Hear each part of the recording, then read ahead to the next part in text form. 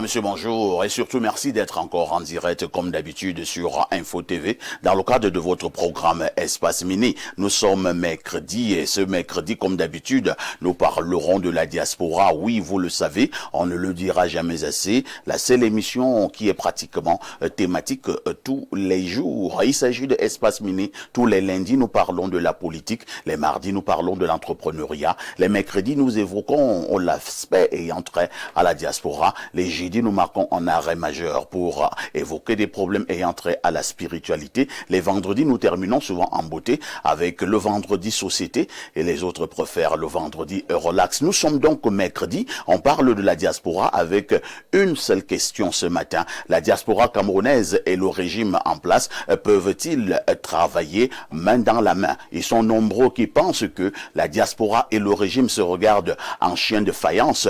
Si cela est vrai, que faut-il faire pour que cette diaspora et le régime en place puissent tout simplement travailler main dans la main, puissent regarder vers la même direction? En attendant, nous aurons déjà évoqué les autres articulations dans le cadre de ce programme. La quintessence de l'information parue en kiosque au Cameroun, une affaire de Théophile Vianney-Biya. Nous parlerons également de la dénonciation du jour, le tout dans le canal 6, mais également le canal 508 sur Canal Plus International. Parce que vous regardez Info TV, vous êtes des téléspectateurs privilégiés. Appelez-moi Perfecto.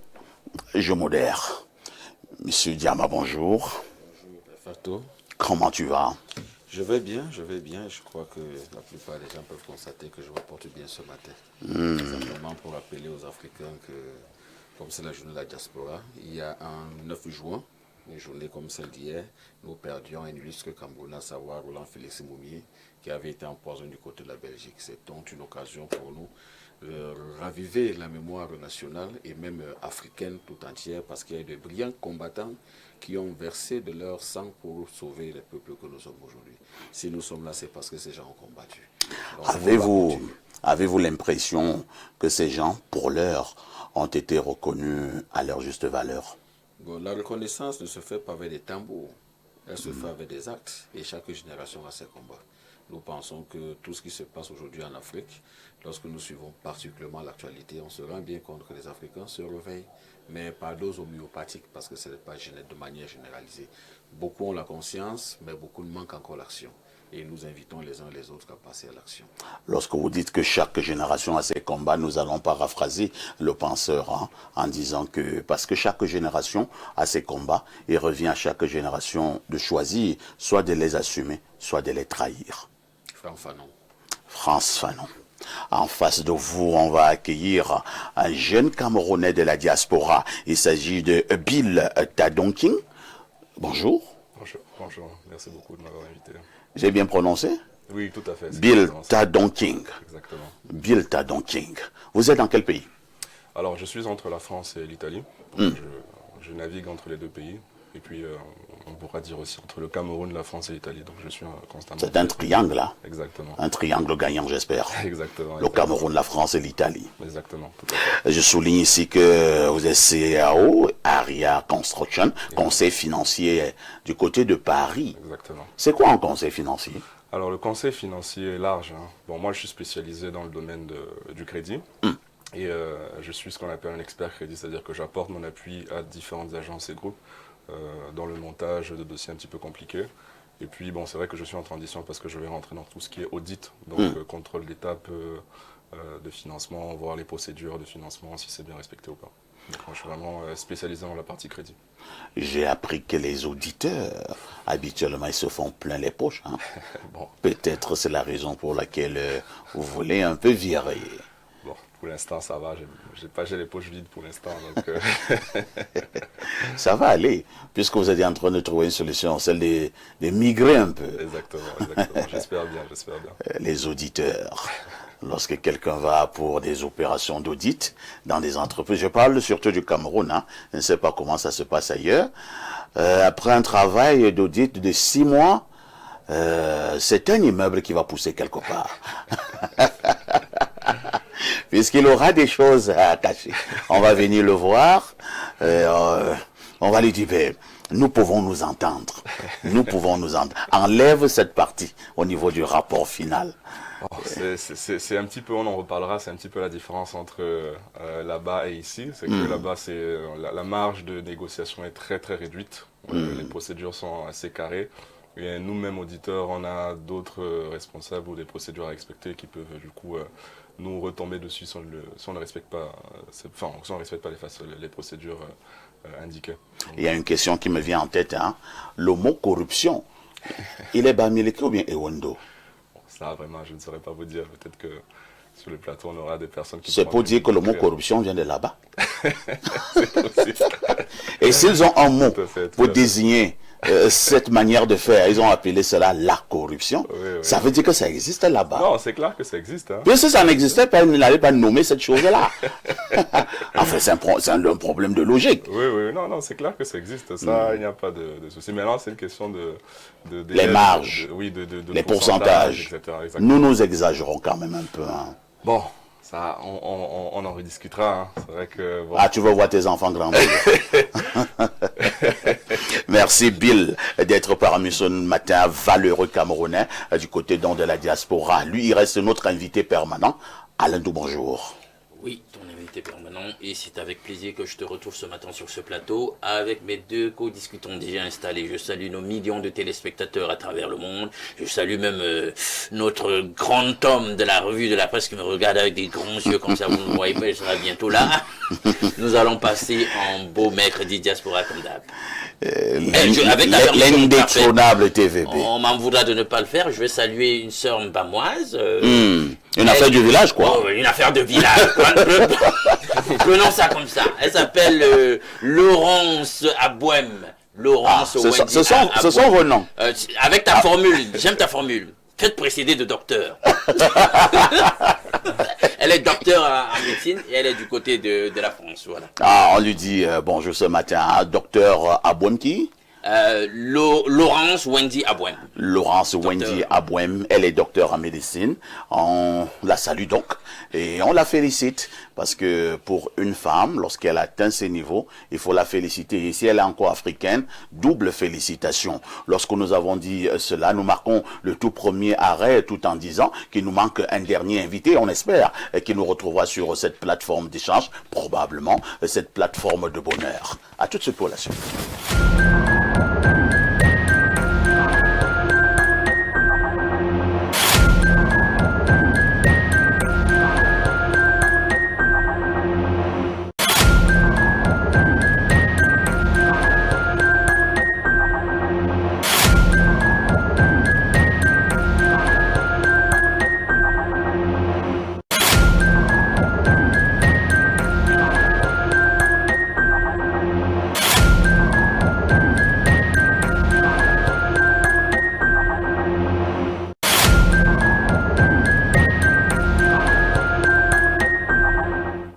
Théophile Vianébia, bonjour. El Perfecto, ou bien le bonjour. Bonjour à votre riche et impressionnant panel ce matin. Bonjour à nos charmants et fidèles téléspectateurs. Et bonjour à nos frères et sœurs de la diaspora. Ça fait un autre boubou ce matin. Moi, je compte. Hein. Ah ouais. Bon, celui-ci... au septentrion c'est a un cadeau donné. de ma grand-mère. Non, comment ça? Oui. Ta grand-mère n'est pas Garois. Non, c'est un cadeau de ma grand-mère. Je ne sais pas comment elle fait pour connaître mes goûts, mais bon, c'est ma grand-mère quand même. Non. C'est un magnifique cadeau qu'elle m'a réservé peux pas lors nous de sa faire dernière ça. visite. Donc... Non, pour te faire plaisir, on ne peut pas accepter. Non, c'est tout simplement tombé au moment où je rentrais du septentrion. Quelle Je ne sais pas coïncidence. comment elle a fait ça, mais bon, c'est une coïncidence tout simplement. Je dis non merci à ma grand-mère ce matin. De toutes les façons, Théophile Vianébia nous a retrouvés ce matin, comme d'habitude, pour la quintessence de l'information parue en kiosque au Cameroun. TVB, que disent les journaux? El Perfecto, les journaux qui sont disponibles en kiosque ce matin présentent pas mal d'actualités et nous retrouvons donc un journal de la maison, le tout premier d'ailleurs, qui nous permet d'ouvrir cette revue de presse. Il s'agit bel et bien du journal Info Matin de Dieudonné Mveng qui nous amène du côté de Douala. La gendarmerie démantèle une usine de fabrication de fausses monnaies par des Chinois. Cette information est à retrouver au bas de 1 et les détails sont à lire en page 2 du journal Info Matin. Docteur Madeleine Chuente, nos chercheurs doivent être capables de produire et de vulgariser une recherche de qualité. Cette réaction a été captée par le journal Info Matin qui en page 3 nous fait savoir que c'est l'une des déclarations ce 9 juin à Yaoundé du ministre de la Recherche scientifique et de l'innovation à l'ouverture des travaux de la première semaine de l'intelligence artificielle. Le MINRESI a également salué l'excellente coopération qui existe entre le Cameroun et la France. Retour sur cette rencontre, c'est avec le journal de Dieudonné Ven en page 3. Au bas de une du journal La Météo, ce journal d'analyse, d'information, d'enquête et de reportage, on revient avec cette tribune de Michel-Ange Anguine. La région de l'Est attend beaucoup de ses filles et fils que nous sommes. Dans une tribune, le fils de Doumentan tire argument d'une déclaration du chef de l'État, Paul Biya, pour exprimer sa fierté d'être originaire de la région de l'Est. En page 8, l'intégralité de cette tribune est à retrouver ce matin au TI hebdomadaire La Météo. Professeur Foucalistus Gentry, en 2025, le Cameroun est entré dans le club privilégié des pays miniers au monde. C'est bien sûr une réaction qui a été captée par ce journal et qui, en page 4, nous fait savoir qu'à la faveur d'une conférence fort courue tenue ce 9 juin à Yaoundé, à la 15e édition du Salon de l'action gouvernementale, en abrégé SAGO, le ministre par intérim des Mines, de l'Industrie et du Développement technologique a annoncé la refonte en profondeur du secteur minier, non sans préciser que les Camerounais vont reprendre le secteur artisanal, soit minimum 51% selon la loi. Cette information est à retrouver en page 4 du journal La Météo. La Tribune, le journal de Franck Duclerc Billet, reste également au Salon de l'action gouvernementale SAGO 2026. Le Cameroun confirme son virage stratégique vers une économie minière et industrielle forte. Le professeur Foucalistus Gentry, ministre par intérim des Mines, de l'Industrie et du Développement technologique, a profité de la 15e édition du SAGO pour dresser un bilan ambitieux. Sous l'impulsion du président de la République, Paul Biya, le Cameroun a franchi en 2025 le cap décisif vers une industrialisation souveraine basée sur l'import-substitution. Pour le membre du gouvernement, l'année 2025 restera comme celle où le Cameroun a officiellement intégré le club des nations minières mondiales grâce à la mise en production de 5 projets structurants: fer de Bipindi Grand Zambi et Kribi Lobé, bauxite de Minim Martap, marbre de Bizarre et or de Colomine. C'est en page 2 et 3 qu'on revient donc sur cette conférence tenue hier, mardi 9 juin 2025, du côté du Salon de l'action gouvernementale. Panorama News de Christian Abanda reste également au SAGO 2026. Le MINMIT met en lumière les avancées minières, industrielles et technologiques du Cameroun. C'est ce que nous dit le journal de Christian Abanda ce matin en page 10. 20 ans du C2D, de la dette au développement, 967 milliards francs CFA investis pour transformer le Cameroun. Cette information barre la une de ce journal. Allons au Parlement ce matin avec Cameroun Tribune, le quotidien à capitaux publics que gère Marie-Claire Nana et qui parle de l'unité nationale du budget 2027 etc.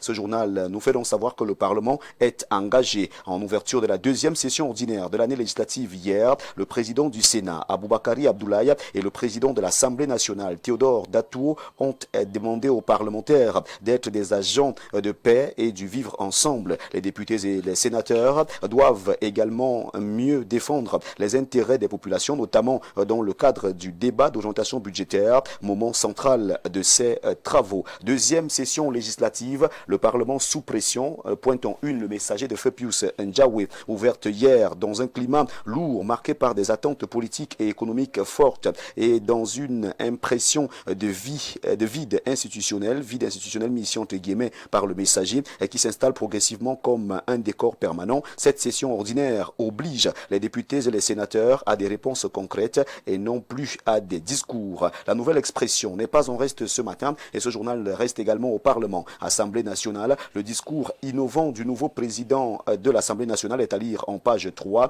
de ce journal qui en parle ce matin. Nous laissons le journal La Nouvelle Expression pour retrouver Mutation de Georges-Alain Boyomo qui s'intéresse à cette autre actualité ce matin. Cimenterie, les délestages perdent le nord. L'arrêt de fonctionnement de l'usine de Figuil est porteur de graves conséquences dans le septentrion, telles que la perte de 200 emplois directs et le renchérissement du prix du ciment. À l'initiative du préfet du Mayo-Louti, une réunion de crise s'est tenue lundi entre Simenkam et la Socadelle. Le jour d'Aman Mana présente ici ce livre. Livre Aman Mana est de retour. Le livre est donc à retrouver ce matin en page 6 du journal Le Jour. Coupe du Monde 2026, la CRTV acquiert les droits de diffusion de 44 matchs. C'est ce que nous dit ce journal en pied de une. L'œil du Sahel de Guibaï Gatama nous amène à l'extrême nord ce matin. Et ce journal qui nous permet de mettre un terme à cette revue de presse présente ici le sac de ciment qui passe à 9000 francs CFA. À Mora, on présente un témoignage bouleversant de la mère de 3 enfants en otage. Cette information est à retrouver en page 5 du journal de Guibaï Gatama, journal avec lequel nous mettons donc un terme à cette revue de presse, acte 2 sur Info TV ce mercredi matin. Mesdames, Messieurs, comme vous le savez, c'est toujours un plaisir de vous savoir nombreux connectés lorsqu'il est 10h pour prendre la température informationnelle. Avec la somme de 400 francs CFA seulement, vous avez votre journal disponible en kiosque ce matin. Il s'agit bien sûr de 2 pièces de 200, 4 pièces de 100 francs, 8 pièces de 50, 16 pièces de 25, 40 pièces de 10 francs, 80 pièces de 5 francs, 400 pièces d'un franc CFA seulement collectées. Et votre journal vous est remis ce matin. Si vous avez de grosses coupures comme El Perfecto ce matin, n'oubliez pas de laisser le reliquat aux vendeurs des journaux. Merci une fois encore et merci El Perfecto. Faudrait pas décourager certains qui voulaient voir Perfecto en disant que lui, là, les grosses coupures. Non, Perfecto, vous savez qu'on dit habituellement qu'on donnera à ceux qui en ont déjà. Donc, il faut déjà préciser que vous avez déjà. C'est vrai. On doit encore vous donner. Et là, au moins, je peux appuyer. Merci TVB pour cette brillante revue de la presse. Nous nous disons à demain 10h. Avec le même plaisir. Bonne suite d'émission. Mais toujours le Seigneur au centre de ta vie. C'est de ça qu'il s'agit. À tout de suite pour la suite.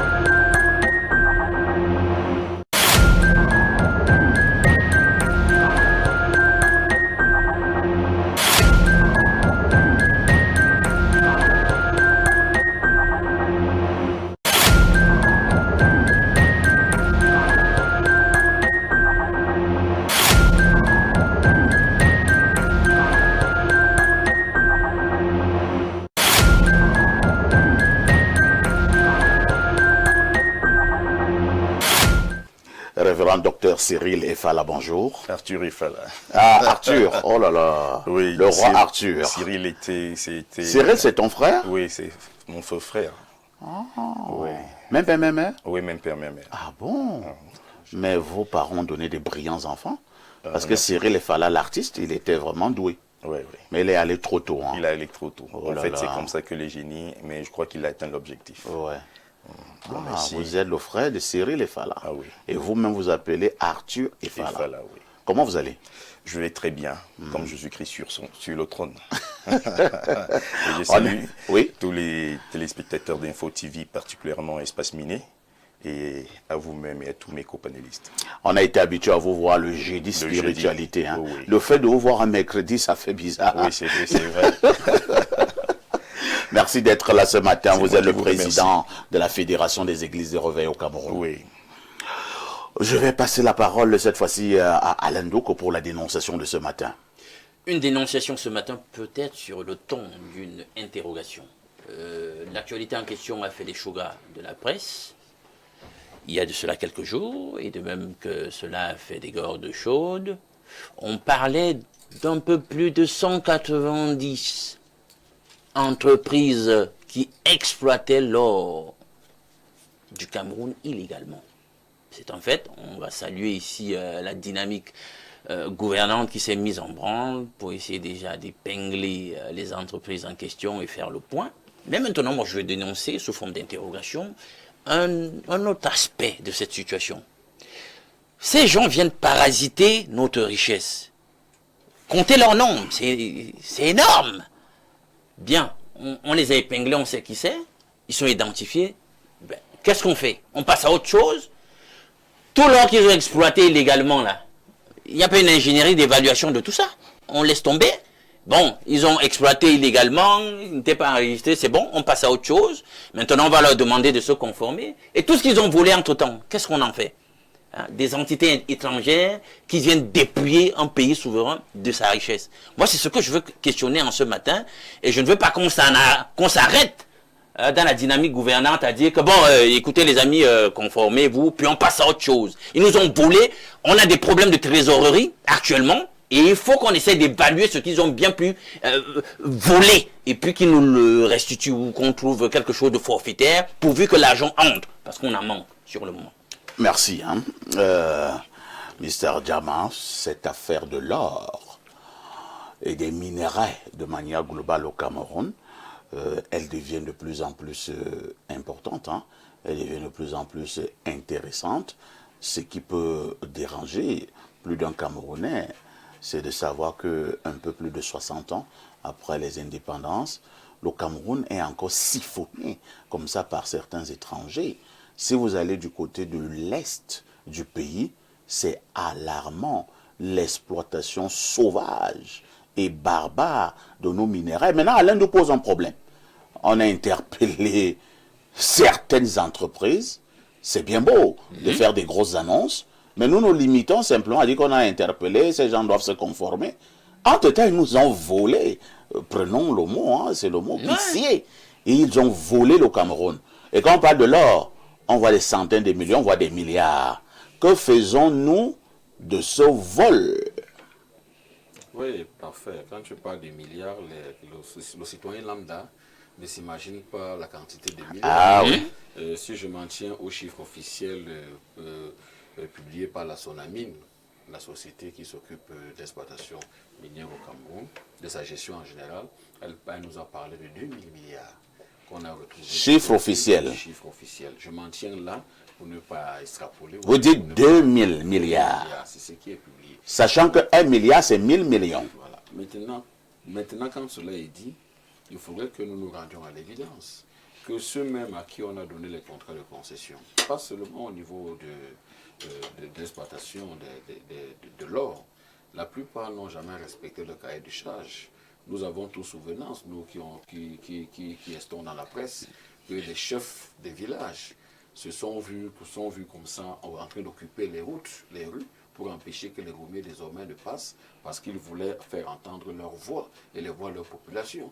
Mais on a vu quand même les autorités administratives, commandants de brigade, préfets, sous-préfets, descendre pour pouvoir les mettre hors d'état de nuit et faire la part belle comme ça aux expatriés qui exploitaient de l'or. Même chez moi, du côté de Konyambita, il y a une carrière qui est de ce côté qui est exploitée, où la commune de Konyambita n'a carrément pas un radis. Le dossier vacille entre les travaux publics et le ministère en charge de la question, mais tout cela se passe comme si on était dans un pays où les populations qui habitent ces localités-là n'ont pas de droits. Et ce que je dis là est quelque chose de vérifié. Le maire de Konyambita est là, elle en sait quelque chose. Donc, pour dire qu'aujourd'hui, nous avons des institutions, nous avons une réglementation.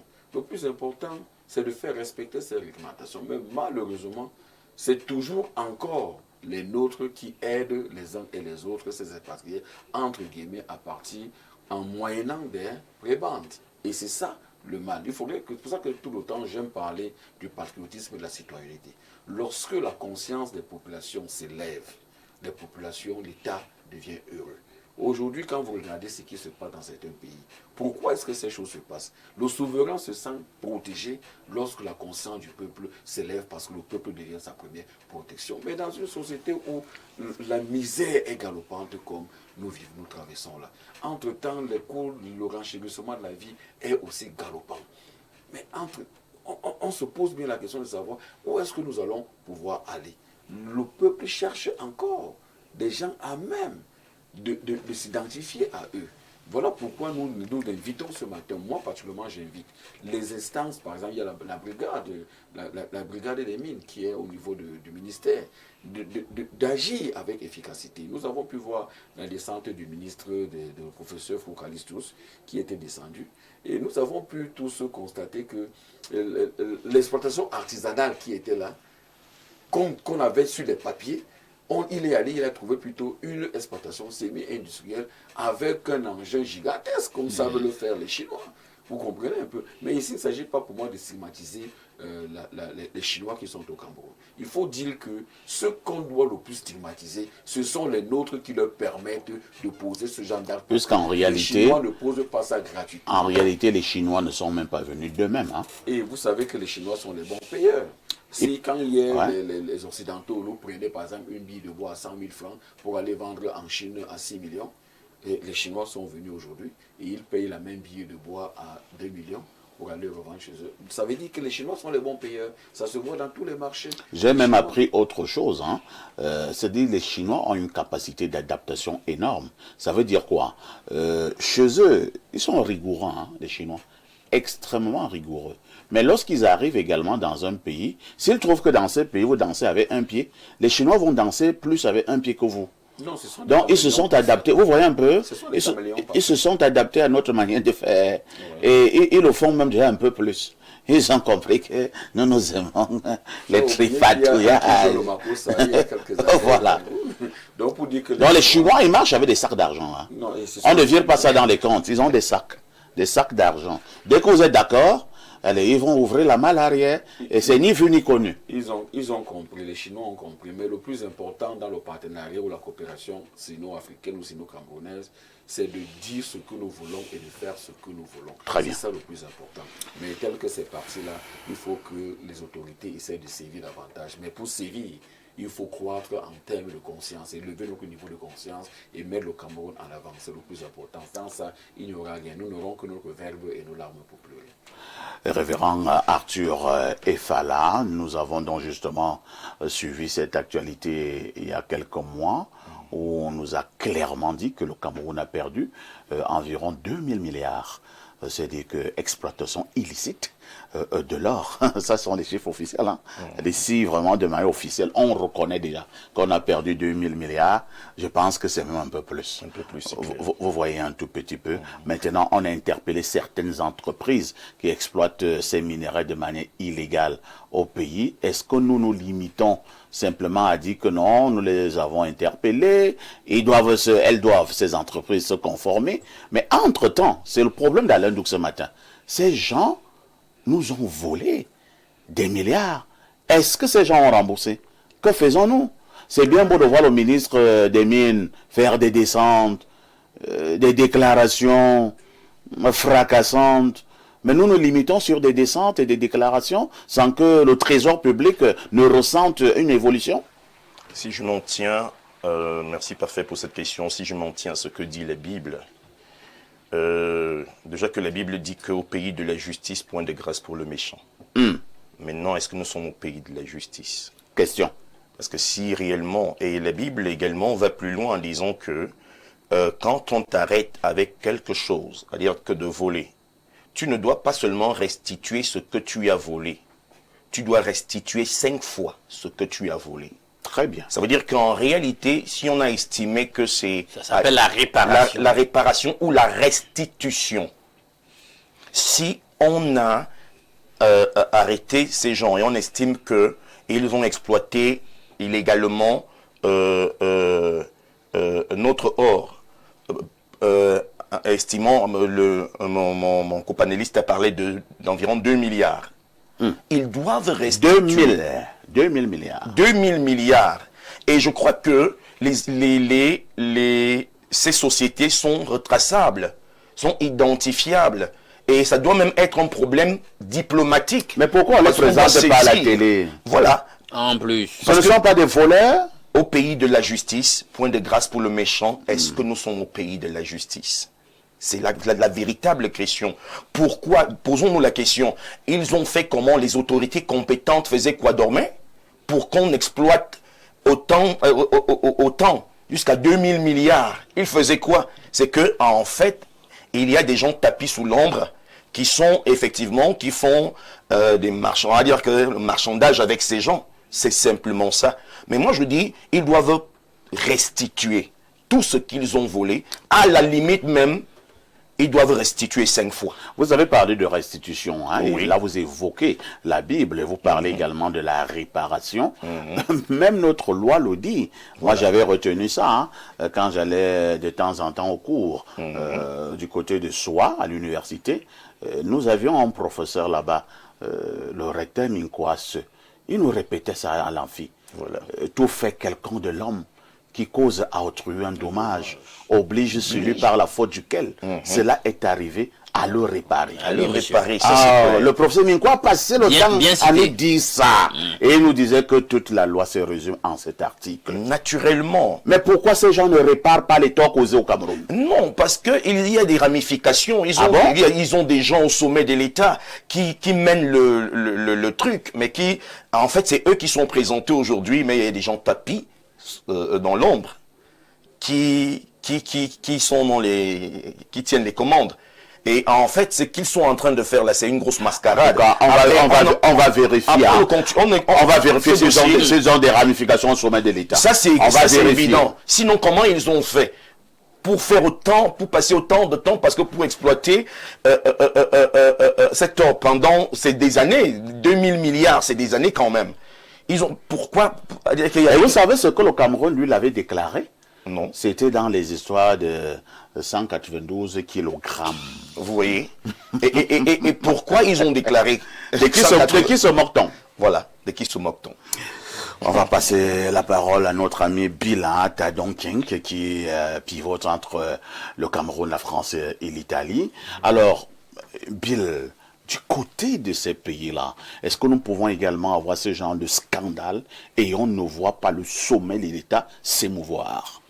Bon, comme je vous disais tout à l'heure, je pense que ça peut arriver, mais c'est très rare. C'est très rare, pourquoi? Parce que là, à l'occurrence, comme les copanistes l'indiquaient, il y a là une défaillance de procédure. Là-bas, clairement, quasiment tous les jours ou toutes les semaines, on a des contrôles récurrents. Il est clairement impossible de faire importer, parce que là on parle clairement d'une machine, je pense qu'ils n'ont pas fait ça avec les mains, ils ont fait ça avec une machine qui a du coup été retrouvée, etc. Par expérience. Ils appellent ça semi-mécanisé. Voilà, par C'est-à-dire expérience. qu'ils exploitent avec des grands engins. Voilà. Ce n'est pas artisanal. Par expérience, moi simplement, quand j'ai voulu importer un camion Sinotruk ici au Cameroun, mais ça a été un parcours de titan, parce que il fallait voir la SGS, il fallait voir le port, il fallait voir les impôts, etc. Ça a pris peut-être un mois pour faire sortir tout ça. Et tout le monde était informé, parce qu'au niveau de l'organisme. Donc je pense pas que une machine aussi grosse puisse arriver dans ce pays sans que personne ne le sache, et sans que personne ne sache à quoi il sert, Voilà. en réalité. Donc déjà, par rapport à cela, moi je me dis que bon, comme mon copaniste l'indiquait, il y avait forcément des personnes informées. Et pour revenir un petit peu à ce que vous disiez, en Europe, en France, ce n'est pas possible d'importer ce type de machine sans déjà indiquer à quoi il sert et puis avoir les accréditations, les autorisations nécessaires. Et encore moins, moi qui suis dans le domaine de la finance, encore moins pour exploiter, en tout cas produire des pièces. Parce que là, on rentre vraiment dans le domaine de compétences du ministère des Finances ou même pas de l'État, du gouvernement. C'est même plus le ministère des Finances qui gère la monnaie. Ça, c'est vraiment de l'ordre des compétences du pouvoir en place. Donc non, c'est pas possible. Attends un peu, vous qui vivez dans ces pays-là, est-ce que vous avez souvent l'impression que la manipulation de l'or, du diamant, du mercure et de ces autres pièces précieuses, ces autres minéraux, est-ce que vous avez l'impression que ça se gère comme ça, à la petite semelle, de manière aussi banale, voire barbare? C'est un domaine qui est très discret. Personne n'en parle, personne ne sait comment ça se gère. La seule chose que je sais, c'est que c'est effectivement fait à Pessac, qui est une communauté de la zone de Bordeaux, donc en Aquitaine. Mais en soi, c'est une zone qui est très excentrée. Et non, c'est pas quelque chose dont... Après, c'est vrai que en plus c'est très touchy. Hein, donc on ne peut pas trouver des gens qui exploitent de l'or là-bas comme ça. Non, c'est impossible. Donc c'est même pas imaginable. Non, c'est pas possible. On me fait comprendre qu'il y a des hélicoptères qui viennent et de temps en temps atterrissent du côté de l'Est et repartent nuitamment. Non, un hélicoptère. c'est pas Alors possible. comment on n'arrive pas de temps en temps à se rendre compte que il y a un engin volant là ou bien ce sont des hélicoptères fantômes? Non, c'est pas possible. C'est pas possible. Non. Donc chez nous c'est la sorcellerie. Je ne crois pas à la sorcellerie, en tout cas. Vous ne croyez pas à la sorcellerie? Non, je ne crois pas à la sorcellerie. Moi, je crois juste en Dieu plutôt puissant, et puis le reste, je pense que c'est des histoires. Il faudra suivre Jeudi Spiritualité.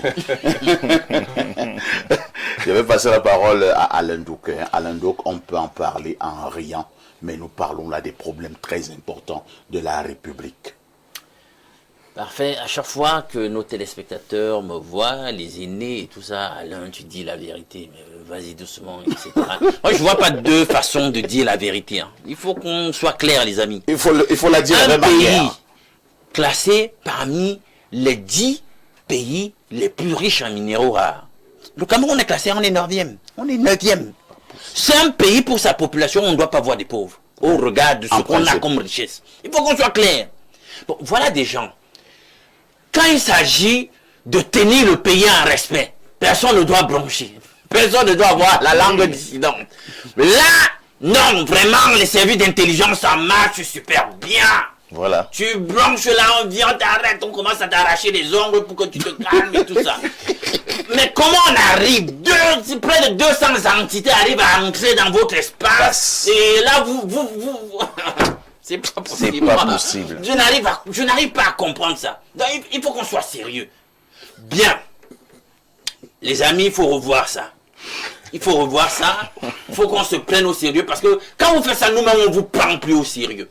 Et on constate que vous jouez contre nous. Mais nous, on ne vous a pas mis à de telles positions de responsabilité pour que vous nous moquiez. Donc, il faut qu'on se ressaisisse et que cette richesse du pays profite à tout le monde. Ce n'est pas la vôtre, messieurs. Ce n'est pas la vôtre. C'est la richesse collective. Et il faut que vous la sécurisiez. Parce que nous, on vous a donné nos prérogatives pour qu'au nom de tous, vous agissiez. Et que vous sécurisiez cela. Et on voit comment vous sécurisez bien des aspects. Et super bien. Donc, sécurisez aussi notre or. Maintenant, on fait le point. Vous vous endettez pour payer les dettes. On sait que ça ne va pas. Vous n'arrivez même pas à payer les petits opérateurs économiques locaux avec leurs dettes d'un peu plus de 4 000 milliards. Pourtant, il y a suffisamment d'argent pour éponger tout ça, pour redynamiser le système productif, pour que les Camerounais le ressentent, même au niveau de leur salaire et tout. Vous bradez et vous blaguez avec la richesse du pays, ce n'est pas normal. Donc vous allez épingler les mêmes gens à nouveau. Moi, je vous le conseille. Ils nous ont volé.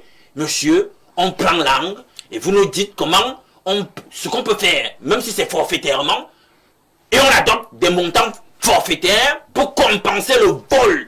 Parce qu'on ne va jamais certainement exactement estimer ce que vous avez volé. Oui. Mais on peut développer une petite ingénierie qui permet une belle estimation. Et monsieur, vous nous donnez ce que vous devez donner parce que vous nous avez volé. Et on a le droit d'exiger que vous restituez ce que vous nous donnez. Vous nous devez, pardon. Donc, parfait. Je m'arrête là. Ce sera bon pour aujourd'hui. Merci. Hein. Et il y a Charles de Flamenco qui nous interpelle. Hein. Elle est même un peu fâchée.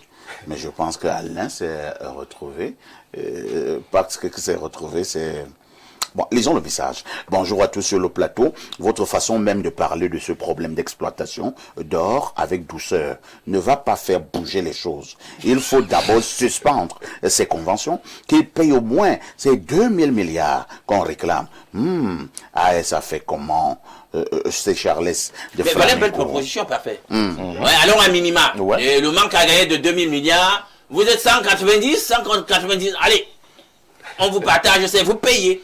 Ouais, voilà une bonne proposition. Une belle proposition. Imaginez quand même que on se réveille le lendemain et qu'on dise que pour ces gens qui nous ont volé de l'or du pays, ils viennent de donner un prix forfaitaire de 2000 milliards.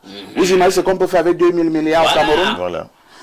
Bonjour les démineurs, hier j'ai failli verser des larmes en voyant des enfants reproduire votre émission dans leur école. Cela montre l'impact positif de votre travail sur la jeunesse. Concernant l'or, je partage l'avis de Dieudonné Issomba. Le Cameroun devrait racheter et stocker son or. C'est une valeur stratégique reconnue dans le monde entier. Avec d'importantes réserves d'or, le pays renforcerait sa souveraineté économique, serait moins dépendant des financements extérieurs et pourrait mieux faire face au poids de sa dette. Dieudonné n'est pas le premier à le dire. Même sur ce plateau, Nous l'avons dit en attaquant les premières fois le sujet en question. Nous saluons justement Dieudonné Somba. J'avais été le tout premier à inviter Dieudonné Somba en télévision au Cameroun. Ouais. Et à l'époque, on me disait, mais comment tu invites un villageois? Vraiment, il ne faut pas inviter les villageois à la télé. On salue le grand frère Dieu. Je leur disais, c'est vous qui savez ce qu'on entend par villageois. Et villageois n'est même pas péjoratif. Ce qui est important pour moi, c'est le cerveau de ce bonhomme. C'est un homme assis sur le plan de l'intellect. Aujourd'hui, il est devenu le chouchou. Il n'est plus villageois. Bon, je me suis ici, dans nos quartiers, lorsque vous commencez à faire des fouilles pour une fondation, la commune est immédiatement informée et se pointe sur le chantier. Ces Chinois ont volé notre or avec la complicité de ceux à qui nous avons donné mandat de protéger nos intérêts. C'est Mandeng Eyum du côté de l'Allemagne qui envoie donc cette contribution. Mandeng Eyum est devenu un fidèle téléspectateur, hein, et pour cela nous lui disons merci. Nous prenons également ces autres messages ce matin, même si je soupçonne qu'on a un problème des raisons. Hein. Bonjour Info TV, c'est un jeu de ping-pong. C'est un ministère qui est subdivisé par les hauts responsables de ce pays. Ben, je n'en sais rien. Peut-être que vous avez les arguments. Bonjour Info TV, bonjour Parfait et mes très sincères félicitations pour tout ce que tu fais pour la République. Merci beaucoup, ça me va tout droit au cœur. Un autre message ce matin. Alors, que dit ce téléspectateur ou cette téléspectatrice? Bonjour le plateau, cette histoire est très grave. Est-ce que vous savez qu'il y a un grand chantier d'or près de presque 10 km de Sambela, presque à 10 km de Sambelima, sur la route de Mvangan, le village Mokomo, Yedam. Ils ont un matériel de dernière génération. Vous pensez que les autorités de Sambelima ne sont pas au courant? C'est Anissé, depuis éleveur, qui envoie ce message. Anissé donne toutes les informations. Hein. Donc, si les autorités n'étaient donc pas au courant, elles peuvent faire une descente là où Anissé a indiqué là. Un autre message ce matin, je vous amène au plus 32. Le plus 32, c'est quel pays là? C'est la Belgique. Bonjour Parfait, vous-même, vous ne faites pas l'affaire du pays. À chaque fois, vous dites, appelez-moi après l'émission. On vous appelle, vous ne décrochez jamais. Vous voulez même montrer quoi à qui? C'est Sombo depuis Bruxelles. Sombo insistez toujours, si c'est vraiment pour l'intérêt supérieur de la nation. Je ne peux pas vous dire le nombre de coups de fil que j'ai par jour, le nombre de messages que j'ai par jour. Pratiquement, je ne dors pas. Même à 2 heures du matin, je réponds aux appels. Donc, toutes mes excuses si vous avez été blessé, mais appelez encore. Un autre message ce matin, quelqu'un me dit ici, un téléspectateur averti, déçu, il parle d'autre chose. Hein. Et là, je vais dire à ces téléspectateurs, je vais parler sur le contrôle des deux révérends en citant la Bible. Les choses passées sont passées, toutes choses sont devenues nouvelles. Bonjour, monsieur Perfecto. Un pays qui a de l'or vit des crédits. Ça, c'est un sujet à décortiquer. Ah oui. C'est j'ai dit spiritualité. Le cas du Cameroun est un genre. C'est Icolo de Douala qui envoie le message. Hein. Un autre message, plus de messages comme d'habitude. Hein. Quelqu'un me dit simplement ici, bonjour, Info TV. Au nom d'Info TV, je vous réponds aussi, bonjour. Un autre message, hein. Bonjour, mon sac de modérateur. Lettre à monsieur le ministre de la fonction publique et de la réforme administrative. Incroyable. Elle est d'abord longue, ta lettre. Comme je ne connais pas le contenu de la lettre, là, je ne peux pas la lire en direct. Donc, je vais encore malheureusement dire, appelle-moi en off. Toi, tu adresses une lettre comme ça au ministre de la fonction publique et c'est que tu lui dis quoi? Et toi, tu veux que je la lise en direct? Bonjour, Perfecto et ton panel très riche ce matin. Mon analyse sur le thème en cours. 1. potentiel énorme, exploitation faible, grosse réserve à l'est, à Damawa Sud, mais 90% partent en contrebande. 2. Problème clé, l'informel paye mieux que l'État. Résultat, perte fiscale, dégâts écologiques, insécurité. 3. Solution. Payer l'artisan au prix du marché, ouvrir des comptoirs officiels près des sites, simplifier les papiers. Sonamine existe mais doit descendre sur le terrain. En une phrase, on a l'or mais pas encore le circuit pour le garder. C'est Frédéric Mbamba depuis Limbi. Frédéric, on te dit merci. Je vous amène cette fois-ci du côté de la France. C'est le plus 33. Bonjour le plateau, plus précisément au Perfecto et au DP Onana Aloïse. C'est un ancien message. Ça. Non, c'est pas un ancien, ça m'a là aujourd'hui. Onana Aloïse n'est pas là ce matin. Hein.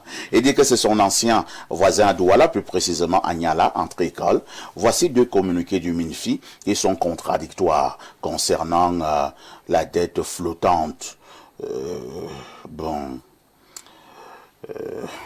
La même réponse va également vous toucher. Appelez-moi en off. Bonjour à vous sur le plateau pour la dénonciation.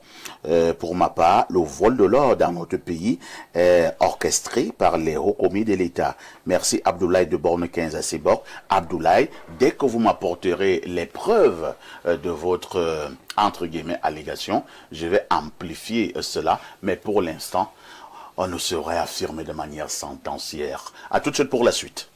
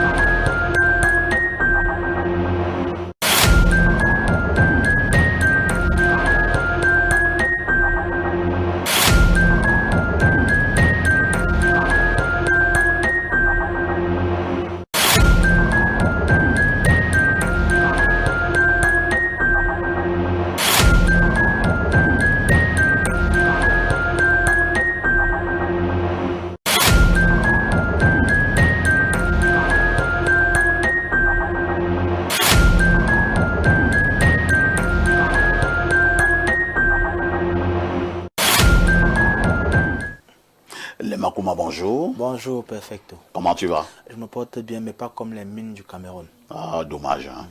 De toutes les façons, avec toi, comme d'habitude, nous allons évoquer des problèmes ayant trait à la santé.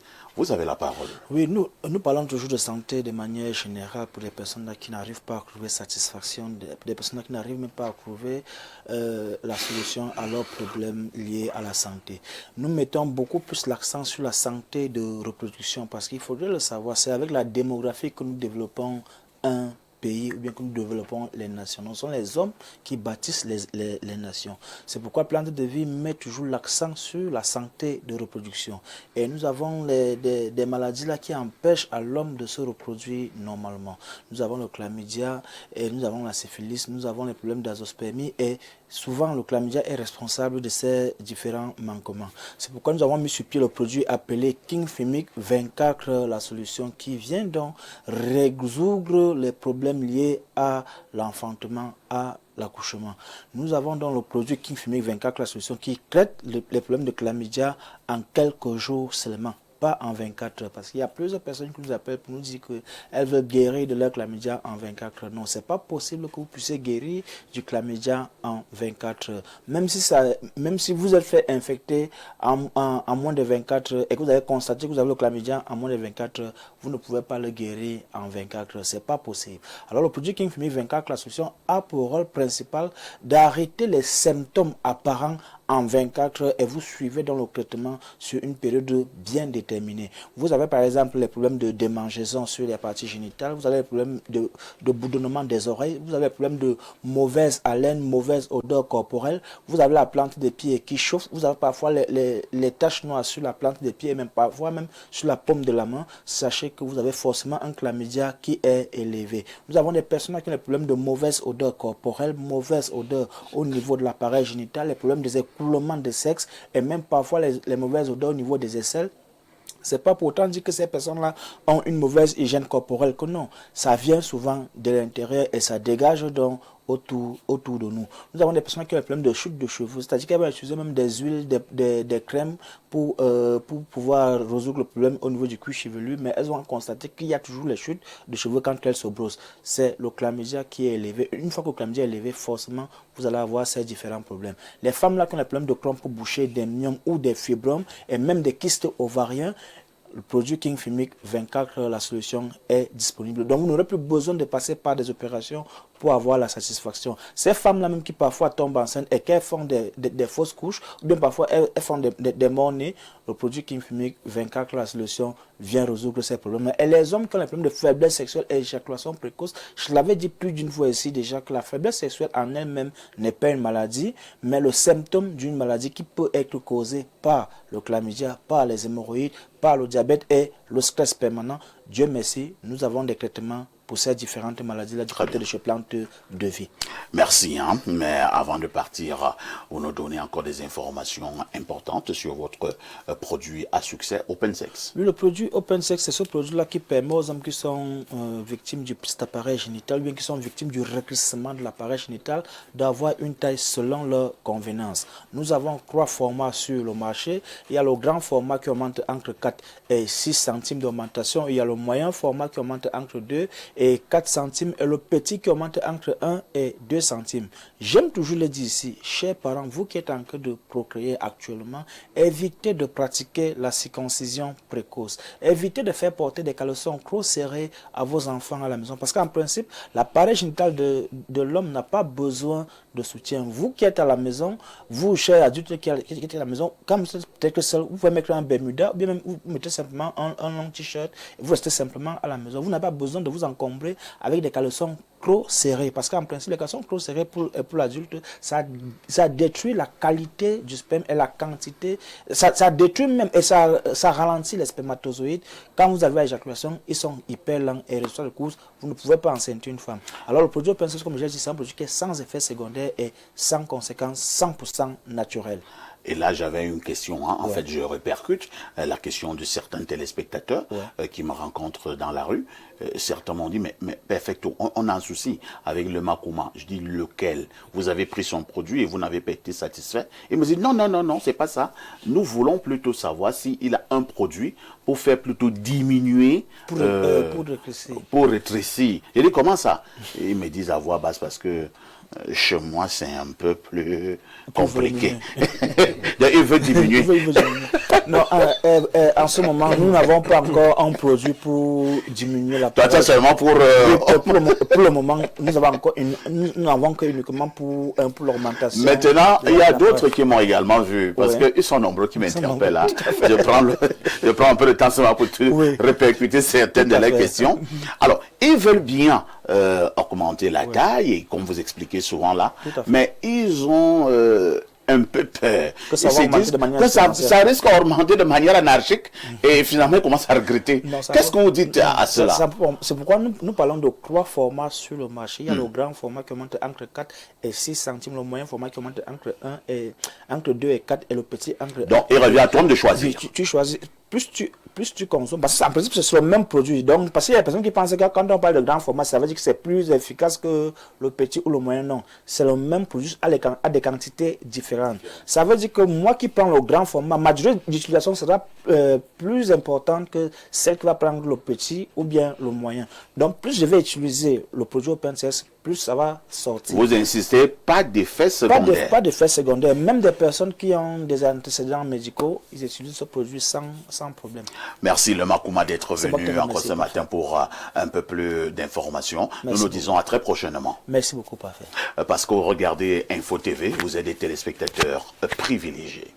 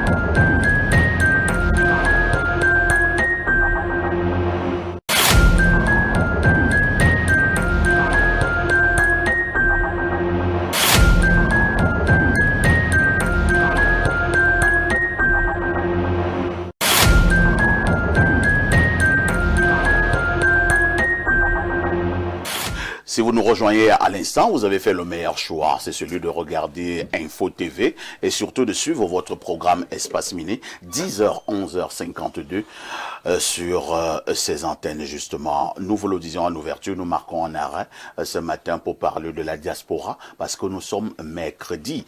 La problématique porte donc sur les rapports entre cette diaspora et l'ordre gouvernant. Le régime en place et la diaspora peuvent-ils travailler ensemble? Peuvent-ils travailler main dans la main pour le bien de la République?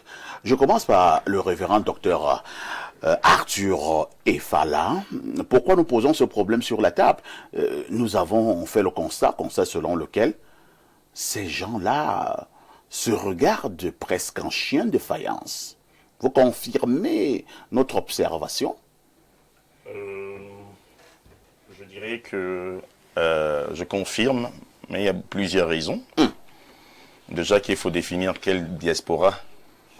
Parce qu'il y a eu une bonne diaspora et il y a une diaspora qui va dans tous les sens. Peut-être cela également peut amener ceux qui nous gouvernent à être assez réticents. Mais concernant les rapports entre la diaspora et ceux qui nous gouvernent, je ne sais pas pourquoi il y a cette méfiance et cette réticence même. Parce que je crois que nous, en temps normal, cette diaspora devait être très bien accueillie dans ce pays parce qu'en fait, ils apportent des richesses, pour le dire.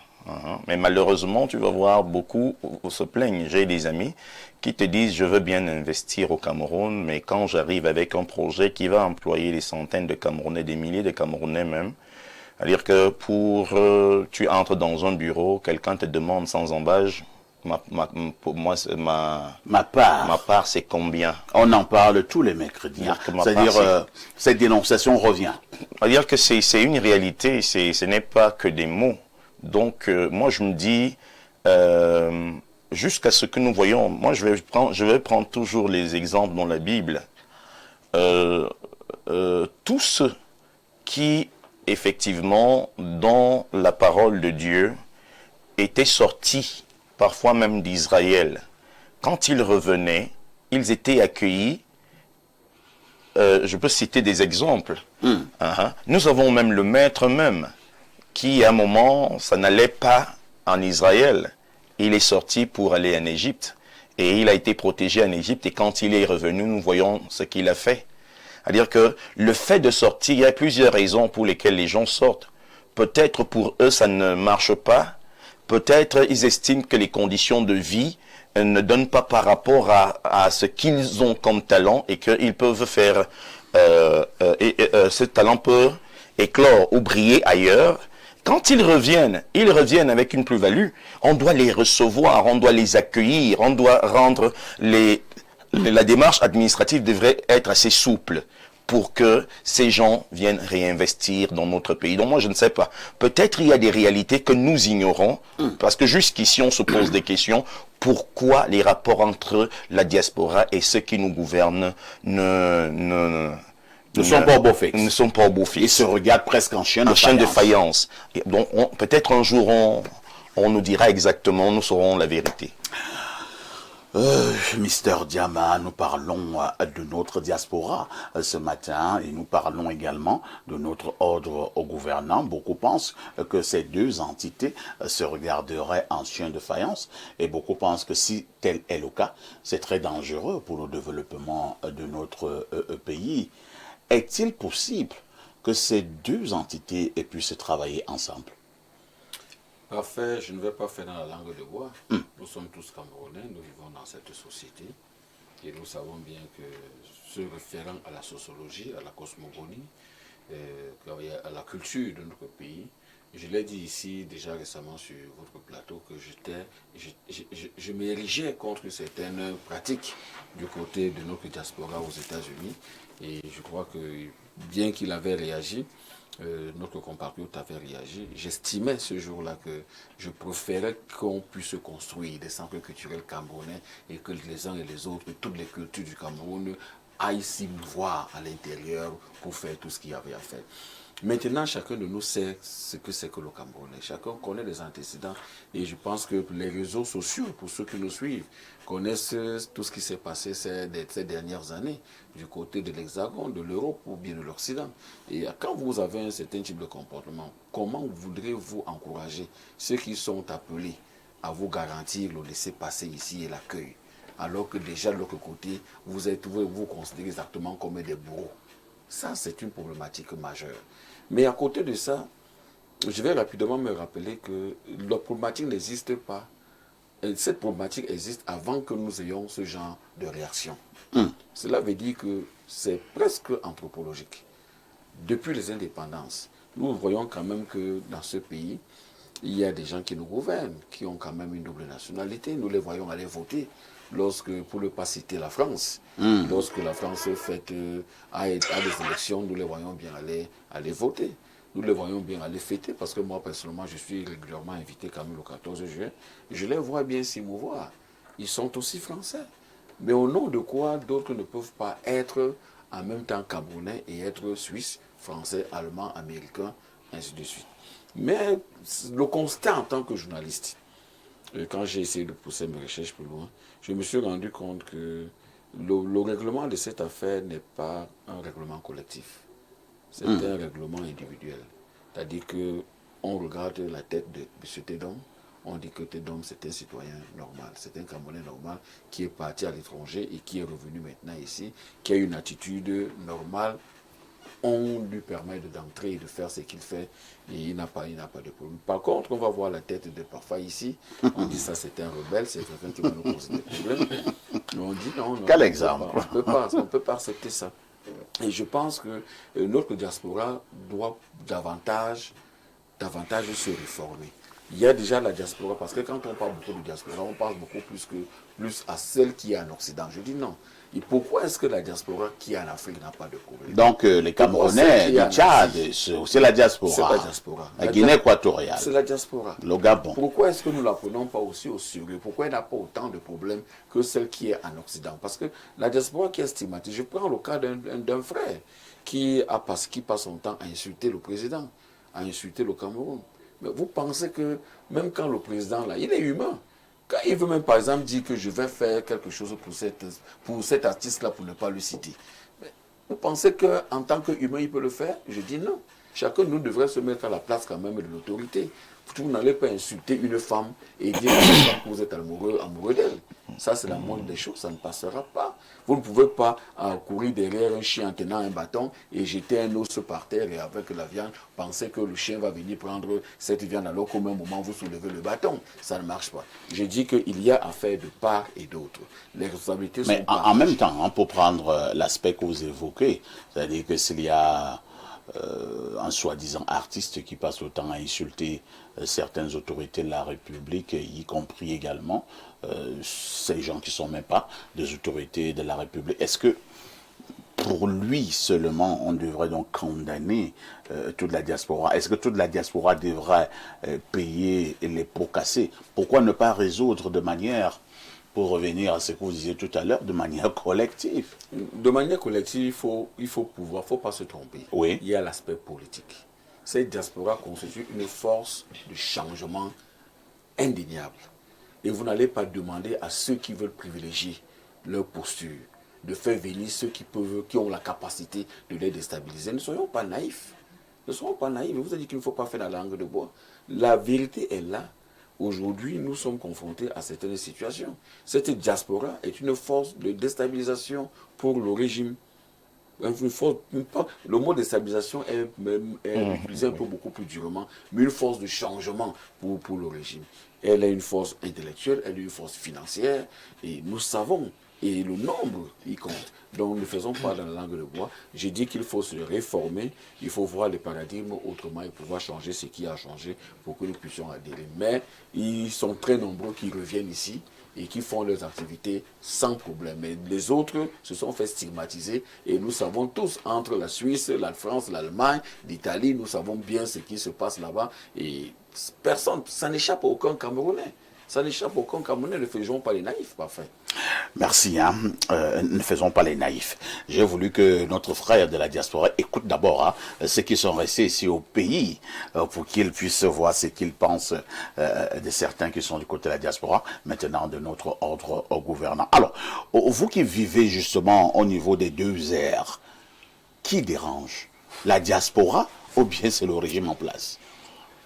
Bon, sincèrement, c'est un sujet qui est un peu touchy, hein, parce que clairement, moi, je représente la diaspora. Si je rentre là-bas, j'ai pas envie qu'on m'arrête aussi. Tu vas raconter quoi alors que... Tu allais nous descendre. Voilà, tu vas raconter quoi alors que tous les jours, on est ensemble, etc. Et pareil aussi, je suis ici, bon, on peut aussi m'arrêter à la sortie que mon ami, toi, tu racontes quoi là-bas, etc. Moi, je suis obligé d'être vraiment très stratège. Donc, vous parlez avec la peur au ventre. Je dois avoir des enfants. Incroyable. Mais bon, je vais essayer quand même de... Vous êtes un homme libre. Oui, bien sûr, je suis libre de mes actes. Il y a la liberté d'expression au Cameroun. Et même de penser. On est tous libres, hein. C'est pas un problème de liberté, hein. C'est pas là où l'enjeu se joue. Tout le monde est libre. Hein. Bon, je change ma question. Hein. Non, Je change ma question. Je ne vais pas vous mettre en difficulté. Non, on va répondre. Allez-y. Je vais répondre sincèrement, parce qu'il faut quand même être franc. Et bon, j'ai quand même mon avis à ce niveau. Bon, clairement, on va dire que la faute est partagée. Hein. La faute est vraiment partagée. Chacun a ses torts, chacun a ses raisons. Bon, je vais commencer quand même par la diaspora. On ne peut pas, en réalité, moi ça me fait toujours mal, et quand je discute même avec mes collaborateurs, mes collègues là-bas, ça nous fait vraiment mal de ne pas, comment dirais-je, on a ce sentiment de ne pas être vraiment considéré ou accompagné quand on revient en Afrique pour, en général, investir. Et j'ai la chance, moi, à l'occurrence, de faire partie quand même d'un groupe de personnes qui ont quand même les moyens financiers. Parce que il faut le savoir, beaucoup de Camerounais en Europe sont des très gros postes. Beaucoup d'amis docteurs, beaucoup d'amis qui sont financiers, beaucoup d'amis avocats. Donc c'est des gens qui ont énormément de moyens, qui travaillent en Suisse, qui travaillent en France, qui travaillent au Canada. Donc en réalité, la diaspora camerounaise fait même partie des diasporas les plus puissantes en Europe. Faut le dire clairement. La diaspora sénégalaise n'a pas notre niveau, clairement. La diaspora ivoirienne, j'ai même fait des... Nous pensions le contraire. Hein. Non. La diaspora camerounaise fait partie des plus grosses diasporas. Il y a même bon, je vais pas faire la publicité, mais une association de diaspora camerounaise qui est très très bien implantée au sein des instances politiques françaises. Donc là, on a quand même du pouvoir, etc. Mais en soi, derrière, ça ne se répercute pas, ça ne se visualise pas au Cameroun. Je comparais dernièrement les investissements en provenance de France ou d'Italie et tous ces pays-là au Cameroun, en comparant avec le Sénégal et la Côte d'Ivoire, mais on est en 3e position. C'est-à-dire que les Sénégalais font partie de ceux qui envoient le plus d'argent dans leur pays, et pourtant ils n'ont pas les mêmes moyens financiers que nous. La Côte d'Ivoire, pareil. Nous, pourquoi on vient quasiment en 3e, 4e, parce qu'on se dispute la 3e place avec le Mali? Comment ça se passe? Comment ça se fait alors que il y a autant de... je pense qu'on est... on aime autant notre pays que eux. Donc il y a vraiment quelque chose qui va pas. Et puis du coup, tout ça me fait dire que quoi? En réalité, la diaspora, là où elle a quand même tort, c'est que, et ça c'est pas que la diaspora, c'est vraiment même, moi je dirais même que c'est l'Africain en général, là où on a tort, c'est que on aime bien rester dans cette posture, on va dire, confortable de se plaindre. De la plainte. C'est-à-dire qu'on aime bien se plaindre, on aime bien dire qu'il y a ça qui ne va pas, ça c'est ce qui ne va pas, c'est ce qui ne va pas. Et c'est pas que la diaspora camerounaise. Attention, j'ai pas envie d'accuser la diaspora camerounaise. C'est vraiment quelque chose qui est de l'ordre de l'Africain en général. Oui. Même les Algériens, tout ça, ils sont toujours en train de se plaindre, etc. Alors qu'en réalité, même les choses qui se font là-bas, si on faisait même la même chose dans leur pays, ils ne se plaindraient pas autant. Mais c'est parce que concrètement, c'est parce que je parle des Algériens, c'est pour des sujets un peu spécifiques. Mais en réalité, on aime bien se plaindre sans réellement vouloir en fait résoudre le problème. Et justement, c'est un peu là où la diaspora pêche. C'est-à-dire qu'elle n'est pas encore assez... Il y a des problèmes, on aura toujours des problèmes. À un moment donné, il faut qu'on arrive, on rentre et on fasse les choses quand même. Il faut quand même qu'on rentre. Donc que la diaspora arrête de pleurnicher. Se plaigne un peu moins et essaie un peu plus d'agir. Et qu'elle arrête également de jouer les victimes. Exactement, qu'on arrive. Parce qu'on connaît une récitation, hein. Le problème de double nationalité, la diaspora se plaint. Le problème de facilité, en soi, de la double facilité. nationalité, c'est un non-débat. Pour moi, en réalité, la double nationalité, vous savez, si vous avez la nationalité camerounaise, les Français ne vont jamais aller vous demander est-ce que vous avez la nationalité camerounaise. Donc si vous avez la nationalité camerounaise, vous pourrez avoir la nationalité française. En réalité, c'est un double débat. C'est un débat qui... Non, vous ne comprenez pas. Dans notre contexte, c'est-à-dire, la loi est restée au Cameroun. Non, la loi est restée, je suis d'accord. La loi qui stipule que quand vous allez à l'étranger... Mais moi, avec mon passeport camerounais... Oui. Quand j'arrive au Cameroun, oui. Mais on ne me demande jamais est-ce que tu es français, est-ce que tu es italien, etc. On ne me dérange pas. Je suis camerounais et on ne va pas me demander si je suis d'autres pays. De toute façon, je ne suis pas français ni autre chose, je suis camerounais de base. Mais on me demande même pas. La loi ne vous frappe pas, vous n'êtes pas concerné. Et même si la loi est appliquée en soi, même si la loi est là, elle n'est pas forcément appliquée. Vous voyez ce que je veux dire? C'est-à-dire qu'elle est appliquée quand il y a un problème. Donc si vraiment vous avez volé quelque chose, vous êtes dans un problème de voilà, on va vous dire ok voilà, il faut vraiment dire. Mais en réalité, pour moi, c'est pas un problème qui touche c'est pas un problème qui intéresse la diaspora. En réalité, dans la majorité des cas, les diasporains s'en foutent de ce problème de double nationalité. Le vrai problème de la diaspora, c'est là, on va du coup rentrer dans la responsabilité du Cameroun. Le vrai problème de la diaspora, c'est-à-dire que les gens de la diaspora, ce pourquoi ils se plaignent vraiment, c'est des questions d'accompagnement et de procédure, en réalité, pour les gens vraiment qui veulent changer les choses. C'est-à-dire que, moi je prends mon exemple personnel, quand je suis revenu il y a de cela 5 ans, parce que du coup c'est depuis 5 ans que je fais des allers-retours, j'ai vraiment eu énormément de difficultés. J'ai entrepris dans le domaine de la construction. J'ai donc eu à acheter des utilitaires, des camions, des engins qui sont arrivés effectivement au port de Douala, parce que ça ne pouvait pas arriver à Kribi, parce que Kribi ne fait encore que des conteneurs. Et quand c'est arrivé, j'avais déjà fait 2 ou 3 voyages en amont pour essayer de voir avec les douanes, les transitaires, estimer tout ce qu'il faut. Vraiment, j'ai fait les choses de façon carrée, ça m'a pris 6 mois. Et finalement, quand j'arrive sur place, avec tous les documents, tout payé sur place, on me dit que non, finalement, ce que tu as fait là, c'est pas comme ça. C'est 50% de plus en termes de frais de douane. Et ils ont toujours raison. Hein. C'est-à-dire que bon, je ne vais pas accuser, mais ils ont raison. Il n'y a pas de moyen de contestation sur des faits qui sont écrits. Hein. Donc nous, comment on fait à ce niveau-là? C'est-à-dire que la loi, comme vous le disiez, nous donne raison. Mais eux nous donnent tort. Qu'est-ce qu'on fait? Bon, maintenant, ce qui s'est passé à ce moment, c'est que j'avais 2 solutions. Soit effectivement je perdais du temps à contester, à essayer d'avoir des recours qui peuvent m'aider, mais ça me prend peut-être 1 ou 2 mois. Et entre-temps, j'ai les frais qu'on appelle des frais de stationnement, qui sont en moyenne pour mes véhicules, étaient en moyenne de 125 000, 200 000. Et tous les jours, au bout de 7 jours, ça passait à 500 000 par véhicule. Qu'est-ce que je dois faire? Qu'est-ce que je dois faire?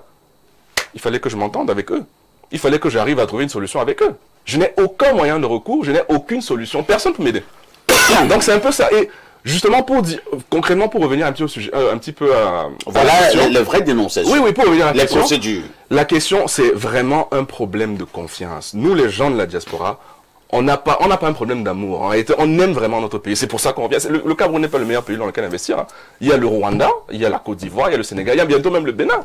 C'est des pays qui ont des gouvernements qui sont très très ouverts au business. Mais nous, en fait, par rapport au fait qu'on aime notre pays, on est vraiment, voilà, on a tous nos parents, notre famille. On veut, comme les Camerounais locaux, on veut voir notre pays développer. Mais bien sûr, on vient, on investit sur place. Et puis bon, maintenant, pour finir aussi quand même, c'est que la question de mentalité, ok? La diaspora aussi doit apprendre à comprendre que quand ils décident d'investir et ils décident de rentrer en Afrique, ils doivent s'adapter aux mentalités locales. Hein? S'ils veulent rentrer avec la mentalité, ou si on veut rentrer avec notre mentalité française, hein, au Cameroun, et vouloir faire les choses comme si on était en France, ça ne va pas marcher. Et c'est ça qu'on doit commencer à comprendre. Mais peut-être qu'il y a des choses que vous pouvez accepter et d'autres que vous ne pouvez plus accepter. Nous avons parlé tout à l'heure de corruption. Si vous arrivez au Cameroun, je dis bien si, il y a la corruption à chaque bureau, il faut corrompre tel, il faut corrompre... C'est parfait, il y a la corruption partout. Il y a la corruption partout. Vous l'avez dit tout à l'heure, la corruption existe partout. C'est une question d'adaptation. À un moment donné, quand vous faites des affaires, quand vous avez une vision, vous ne pouvez pas vous limiter à des petites choses. Bien sûr, si le petit policier en route me demande que bon, il te manque telle plaque là, etc., il faut que tu donnes. Mais mon ami, donne, sinon tu vas rester. Tu sais que ton objectif, ce n'est pas de rester là. Tu donnes lui ces 2000, tu pars, c'est simple. Ton objectif, c'est vraiment d'arriver à destination. C'est d'arriver à destination, c'est simple. Donc, à un moment donné, il y a des choses qui ne sont pas importantes. C'est-à-dire que ça vous perd le temps. Oui, c'est ça. Mais vous êtes un vrai Chinois. Non, c'est pas vous adaptez. Non, c'est pas ça. C'est qu'à un moment donné, l'objectif est plus grand. L'objectif est plus grand. Donc, on n'a pas que l'obstacle, etc. Donc, et mes collègues, collaborateurs, la diaspora, effectivement, ont encore ce problème-là. C'est-à-dire que ils s'attardent à des petites choses, des choses qui n'ont pas d'importance, et ils vont dénoncer, parce qu'ils vont prendre le temps à dénoncer que ça, vraiment, m'arrêter, c'est ça. Mais j'ai me suis retrouvé plusieurs fois à dire à mes cousins, parce qu'ils passent du coup par moi pour leur chantier, etc., étant donné qu'on a une société de construction, pour me dire, en me disant que, mais tel magasinier m'avait fait ceci, tel magasinier. J'ai dit, mais est-ce que tu lui as même donné d'abord son argent de taxi pour venir? Non, des petites choses, non, mais c'est pas comme ça qu'on fait en France, je lui donne son salaire. Mais le salaire de 65 000 que tu donnes, tu penses que ça lui suffit pas? Tu penses que ça peut lui suffire par mois, par exemple? Il y a des choses dans lesquelles tu dois fermer les yeux quand même. À partir du moment où les choses se passent bien. Mais ferme, si tu as pris peut-être 10-15 000, tu totalises, c'est pas grave. Ton projet de construction vaut quoi au final? Donc en fait, c'est ce genre de choses en fait qu'il faut. Les gens de la diaspora ont besoin d'être éduqués et s'adapter aux mentalités quand même locales. Parce que c'est un petit peu ça. À un moment donné, quand on est parti depuis 15, 20 ans, 30 ans, il y a des choses qu'on ne comprend plus. Tout à fait. Voilà, donc. Merci, hein, Bill. Bill est un Camerounais à forte coloration d'adaptation. Il comprend facilement ces choses. Et il ne veut pas perdre le temps. Les enjeux devant sont énormes et plus colossaux. Oui, Jama. Oui, je voulais dire que sur ce que Bill est en train de dire là, il y a un peu de chauvinisme. Il y a l'autoflagellation. Moi, c'est que le constat qui m'a été donné de faire, c'est que je suis parvenu à constater que les nôtres qui s'en vont, lorsqu'ils reviennent ici, ils se prennent pour des entités supérieures. Ouais, c'est vrai aussi. Il n'y a qu'à voir le comportement. C'est un complexe. C'est un complexe. Et ça, c'est très dangereux. C'est très dangereux. Directement, l'autre jour, je crois que... Et parfois, il y a blocage. En France, je pense que vous savez qu'à l'aéroport Charles de Gaulle, voici Charles de Gaulle, tout était dans le blackout. Rien ne fonctionnait à cause du net. Mais les Français ne criaient pas l'autoflagellation. Oh, la France, c'est la merde. Vraiment, ce pays, c'est n'importe quoi. Mais essayez ça au Cameroun. On va vous dire non, je m'en vais ailleurs, c'est mieux, machin. Mais écoutez, moi, j'ai l'habitude de dire aux Camerounais. Au Cameroun, si, c'est le plus beau pays que Dieu m'a donné. Hein. Celui qui est mécontent, qu'il aille ailleurs. Hein. Qu'il aille ailleurs. Je ne dis pas que c'est le paradis. Merci. Mais c'est mon paradis à moi. Parce que Dieu a voulu que je naisse ici. Et il n'y a personne qui va me dégonfler dans ce pays. Je vais me battre dans ce pays. D'ailleurs, pour ceux qui savent, moi j'ai refusé de prendre les billets d'avion il y a quelques années pour aller en France. J'ai dit à mon petit frère, je ne pars pas là-bas. Alors si tu veux que j'arrive, tu me dis ce que je viens faire. Et si je dois y arriver, c'est pour faire ces choses, pour rentrer chez moi. Parce que je pense que le meilleur des mondes possibles, c'est là où on est. Maintenant, il faut bien aller. Quand vous voulez revenir, même lorsque nous faisions le management, les cours du management, le montage de projet, on dit il y a braver les hypothèques. Ça entre dans les hypothèques. Tous les sociétés ont des hypothèques. Nous, on a vu les Américains arriver ici. Comment ils faisaient pour prendre les barrages? Comment les Français et les Allemands font pour prendre les marchés? Il y a toujours... La corruption, elle est même politique. Vous pensez que lorsqu'on met la pression sur un leader politique, si tu t'amuses, machin, on va te... C'est la corruption. Mais elle est dans une autre volet. Lorsque vous allez entrer en profondeur dans tous ces projets, les barrages que nous avons là, parfait, mais si tu entres, tu auras mal à la tête. Les affaires avec EDF et Maché et tout ça, mais c'est du pipeau. Le Cameroun saigne, des pays africains saignent. C'est de la corruption, parce qu'on nous dépouille. Vous comprenez un peu, mais les Chinois, ils ont compris le modus operandi. Ils y procèdent autrement, ils ont leur argent liquide, ils te regardent, ils sentent que tu veux cliquer de l'œil, ils te disent il y a ça pour ça, il y a ça pour ça. Et ça passe. Et vous entendez facilement. Et vous entendez facilement. J'invite simplement les Camerounais de la diaspora. Mais nous n'allons pas faire la promotion de la corruption. Non, pas du tout. Pas du tout. J'invite les Camerounais de la diaspora à faire taire leur ego parce qu'il y a beaucoup d'ego, beaucoup de chauvinisme, beaucoup d'autoflagellation. Beaucoup d'arrogance. Beaucoup d'arrogance. Et même, parfois je ne vais pas utiliser cette expression, mais j'ai la nette impression que le rapport avec l'homme blanc a détruit la dignité de l'homme noir. Et c'est ça le vrai problème. Tout est mauvais chez nous, tout est peint en noir chez nous. J'ai dit, apprenons à regarder le verre à moitié plein que le regarder à moitié vide. Ces réalités, elles sont partout. Les voleurs, ils sont partout. Les criminels, ils sont partout. Très bien. Attendez, même la politique que nous vivons là, qui nous a enseigné cette mauvaise politique, ce sont les Blancs. Donc, ces gens-là existent partout. À nous de nous adapter et de nous battre pour pouvoir arriver à nos fins. Bravons ces hypothèques et les choses vont aller pour le meilleur. Ayant toujours l'amour du pays, bravons un certain nombre d'obstacles. Ne pas toujours se dire que ailleurs c'est mieux, le pain de l'exil étant toujours amer. Je vous passe la parole, Alain Douk, je présume que vous êtes d'accord avec cette manière de voir. Ne pas toujours voir tout en noir dans son propre pays. Oh, je veux saluer l'exercice auquel s'est livré mon compatriote Bill. De la diaspora. Cet exercice équilibriste où il faut confronter tout le monde. Il ne faut pas trahir un camp. Vous vous rappelez, quand on a lancé l'émission, dans un propos liminaire, là, elle a dit comment la situation du pays c'est désastreux, la misère, elle est paroxysmique. Maintenant, il tient un autre langage. Moi, il fait attention à tout ce qui se dit. Donc voilà les paradoxes. Et moi, je veux dire un truc tout simple, en fait. C'est vrai, il y a un peu de vrai, certainement, dans le grief, le chapelet de grief qu'on a contre la diaspora. On n'a pas dit que de l'autre côté, c'était de ça. N'oubliez pas, c'est des Camerounais qui vont de l'autre côté. Et quand on connaît la mentalité camerounaise, forcément, sur le plan mental, il y a quelques scories que bien qu'ils se retrouvent ailleurs, peut-être ils ont continué à entretenir ou ont porté avec eux les scories mentaux en question de l'autre côté. Mais, toute proportion gardée, les amis. Si vous dites que vous êtes un politique, d'accord, on sait que c'est le domaine du gentleman agreement. Vous devez être appelé à un moment à faire même avec des gens qui ne pensent pas comme vous. La politique, c'est pas la guerre. Alors, si vous ne pensez pas le Cameroun et vous ne le voyez pas grand, vous ne voyez que vous et votre position actuelle, mais il y a un problème. Vous êtes certainement un politicien, mais pas un grand politique. Ça, c'est clair. Et il faut donc être capable de faire donc la différence entre le politicien vulgaire et un grand homme d'État. C'est-à-dire qu'il ne pense pas pour lui, il pense pour la communauté, il pense pour le pays, il se projette. Donc, si vous êtes simplement dans des petites considérations, oh, tel m'a frustré, machin truc, vous voyez le potentiel, vous voyez ce que ces gens peuvent ramener au pays, mais vous restez sur des griefs personnels qui vous créent.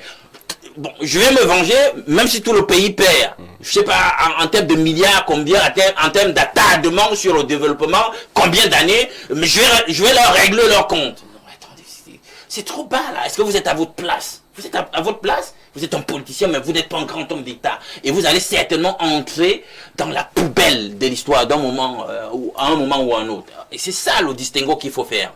Bien. Maintenant, est-ce que le régime et la diaspora peuvent travailler ensemble? C'est bien, parfait, le temps et au présent. Moi, je vais interpeller, parce que les gens, je veux comprendre que c'est des prédicateurs. Moi, je vais interpeller les chiffres. Il y a la corruption partout. Mais on peut donner, comment on dit ça, les chiffres. C'est-à-dire qu'on essaie, voilà, de dire, bah, ici c'est trop. On utilise des instruments pour dire qu'ici c'est trop, là-bas, voilà, c'est relativement bas, etc. La preuve, c'est qu'il y a des petits scandales de corruption ailleurs, qui font le tollé, etc. Et puis des gens, eux-mêmes démissionnent, ils n'attendent même pas qu'on leur dise qu'ils soient déboutés, eux-mêmes partent. On sent que culturellement, c'est quelque chose avec laquelle on ne s'accommode pas. Mais si chez nous, il y a des scandales, la provision, c'est comme si rien ne s'était passé, les gars même ne démissionnent pas, ils sont toujours là et on normalise la normale.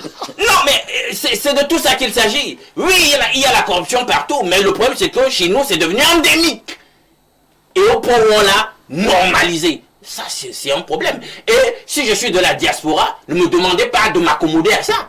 Ben non, je vais refuser. Maintenant, les statistiques nous disent quand même que vraiment, si le temps c'est le présent, on est au sortir. Hein. Moi, je dis ça, on est au sortir d'un régime. Parce que le régime est à l'image de celui sur qui il a reposé pendant plus de 4 décades. On est au sortir. Donc, la biologie aura raison de ce régime du manière au judo, je le pense. Alors, est-ce qu'ils peuvent travailler ensemble là dans le présent? Je dis non, on devrait être à l'heure des bilans. On devrait être à l'heure des bilans et dire est-ce qu'ils ont bien pu travailler ensemble et évaluer les résultats de la coopération en question. Les résultats sont mitigés. Dans le pire des cas, c'est pas bon. Hein, on est au rouge. Et les statistiques, justement les suffrages exprimés par vous, de l'autre côté, me permettent de dire que non, si le temps c'est le présent, là à l'instant, ben ça peut pas le faire entre les deux parties. Hein? Ils ont désavoué le régime. Donc maintenant, s'il faut qu'ils travaillent ensemble, s'il y a perpétuation du régime, pérennisation du régime, par une autre ingénierie qui permette peut-être qu'on ait un autre visage, je ne sais pas moi quoi, c'est une possibilité à envisager. On espère que ce ne sera pas le cas. Mais si ça venait à se produire, il faut un autre logiciel. Un logiciel qui tient compte de toutes les critiques que nous formulons ici, qui tient compte du chapelet des griefs, des frustrations de la diaspora, qui tient compte de toutes les propositions que nous avons faites dans le cadre de cette journée thématique pour essayer de concilier les deux parties et pour changer la donne et permettre que le pays soit mis sur une autre trajectoire. C'est ça qu'il faudra. Mais est-ce que c'est donc ce qui se fera?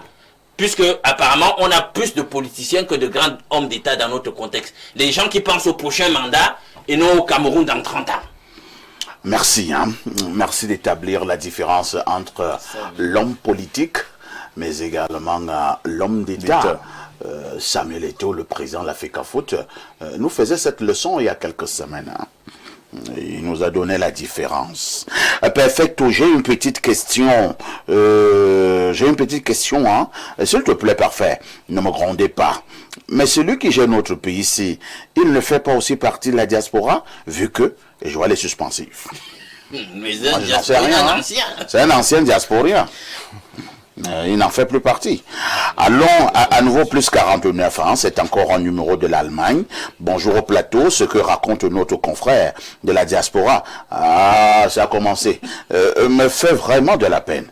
Il a bien fait de montrer sa peur dès le début. Si le régime accordait simplement la double nationalité, vous verriez le changement immédiat. Merci, c'est Kenzo de Brême. D'accord. C'est ton frère de la diaspora. Oui, il n'a pas forcément tort. Ça dépend des objectifs d'investissement ou des projets de chacun. Allons au plus 20. Il s'agit d'un message qui nous vient de l'Égypte. Salam le panel. Nous aimons notre pays. Regardez le clash actuel avec le Sénégalais. Même les opposants à Yaoundé sont venus défendre le pays. Le problème est que nous tous, ceux qui sont aux affaires dans notre pays, ont fait leur classe hors du pays. Le désaccord vient du fait qu'ils sont incapables de donner aux populations locales là-bas alors qu'ils ont subi le racisme, l'humiliation. Pourquoi ne pas donner le meilleur aux nôtres? En aucun cas, la diaspora ne peut être une force politique opposée au régime, car nous voulons simplement apporter un plus à nos familles et à nos populations. Au niveau procédural, comment un laissez-passer simple, papier avec armoirie et ton nom dessus à usage unique coûte 80 000. Les pays pauvres, plus que le Cameroun, le donnent gratuitement. C'est le régime qui crée toutes ces situations. Bonne émission. Je suis d'accord avec Bill. Il faut savoir s'adapter. Certains gars de la diaspora sont très forts lorsqu'il s'agit de venir faire les toqués portes pour séduire plusieurs filles et les abandonner ensuite dans les chambres meublées. Elles apprennent parfois seulement qu'après coup que le gars est déjà reparti. S'ils utilisaient autant d'énergie, d'intelligence et de capacité d'adaptation dans des projets constructifs, ce serait encore mieux. Une blessée de guerre.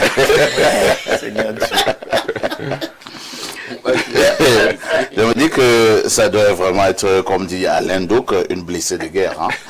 Bonjour Perfecto, je suis choqué. Mon frère de la diaspora fait la promotion de la corruption. Vraiment, il ne faudra pas s'attarder sur la fuite des épreuves qu'on a achetées à 10 000 francs. Super frérot. Chez nous, qui a volé un œuf, volera un bœuf. C'est Mbok qui envoie ces messages. Est-ce que notre frère a vraiment fait la promotion de la corruption? Bon, je savais que les compatriotes, tous les frères, je ne sais pas s'il faut les appeler les compatriotes, mais les amis de la diaspora allaient peut-être m'attaquer à ce niveau. Bon, pour revenir au sujet de la double nationalité, c'est clair que nous faisons partie quand même des derniers pays en Afrique qui n'acceptons pas cela. Le Sénégal, j'ai plein d'amis sénégalais, béninois, ivoiriens, tous, ils ont la double nationalité. Mais nous, quand je leur dis encore que nous, on n'a pas le droit, ils me regardent, mais comme si je venais de la préhistoire, oui. C'est dire c'est pas cohérent. Et c'est vrai que le fait effectivement de donner la possibilité à nos confrères d'avoir la double nationalité pourrait permettre effectivement on parlait tout à l'heure de confiance, de venir de façon plus confiante, ou en tout cas avec plus de confiance, rentrer chez eux, investir, se mouvoir tranquillement. Donc c'est vrai que ça permet d'aider un peu plus dans ce sens. Donc oui, il a raison totalement, le panéliste qui a effectivement, enfin le téléspectateur qui a parlé de ça. Donc je lui donne totalement raison. Ensuite, non.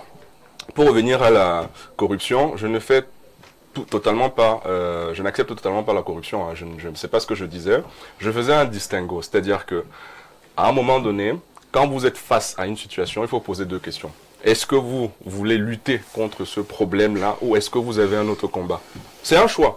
Donc moi, personnellement, je ne parle pas des autres, je parle de moi personnellement. Quand ça arrive et que c'est pas à des niveaux énormes, mais je préfère me mettre de côté parce que je sais que l'objectif est plus grand, celui que j'ai est plus grand. Celui que j'ai plus de contribuer au développement de mon pays, de contribuer effectivement à mettre à l'abri ma famille et autres, etc. Donc je me dis, sur des points spécifiques qui n'ont pas énormément de valeur, bon, je peux mettre ça de côté, on verra ça plus tard. Mais ça ne veut pas dire que je cautionne qu'on puisse effectivement accepter cela, parce que bon, malheureusement, ça fait partie... Sauf que payant, vous cautionnez. Le fait de coopérer, c'est une caution. Non, bon, il minimise le coût. Mais je te rappelle à voix basse que qui vole un œuf volera. Bon, on le refusait de comprendre la fin. Mais bon, pour quand même finir le discours, je ne veux pas quand même dire que la diaspora concrètement doit accepter tout cela. Pour moi, la question que j'ai envie de vous poser, c'est est-ce que c'est possible même qu'on ne puisse pas travailler ensemble? Est-ce que c'est possible que la diaspora ne travaille pas de main dans la main avec c'est la question fondamentale. Est-ce que c'est possible même de ne pas le faire? C'est pas possible de ne pas le faire parce qu'en réalité, on est tous membres de la diaspora liés. C'est pas possible. J'ai des amis même qui ont fait 20 ans. Ils vont te dire qu'ils ont fait 15 ans, 20 ans à l'extérieur, mais à un moment donné, ils sont quand même rentrés. Pour X ou Y raison, soit parce que tu as un parent qui est à la maison, soit parce que tu as ceci. Toujours. Donc, en réalité, on a besoin simplement de nous mettre en accord, trouver un terrain d'entente, nous réunir, hein, parce que c'est aussi ça le problème. En réalité, je parle d'une anecdote. Il y a une période où on voulait ouvrir une association qui avait pour objectif, c'était à Lyon, qui avait pour objectif d'étudiants, hein, qui avait pour objectif en fait d'accueillir les nouveaux étudiants quand j'étais encore étudiant et les aider dans la procédure d'insertion à Lyon, études, etc. Et on s'est rendu compte parce que du coup on avait reçu un courrier en retour qui nous disait qu'il y avait déjà trop d'associations de ce type à Lyon.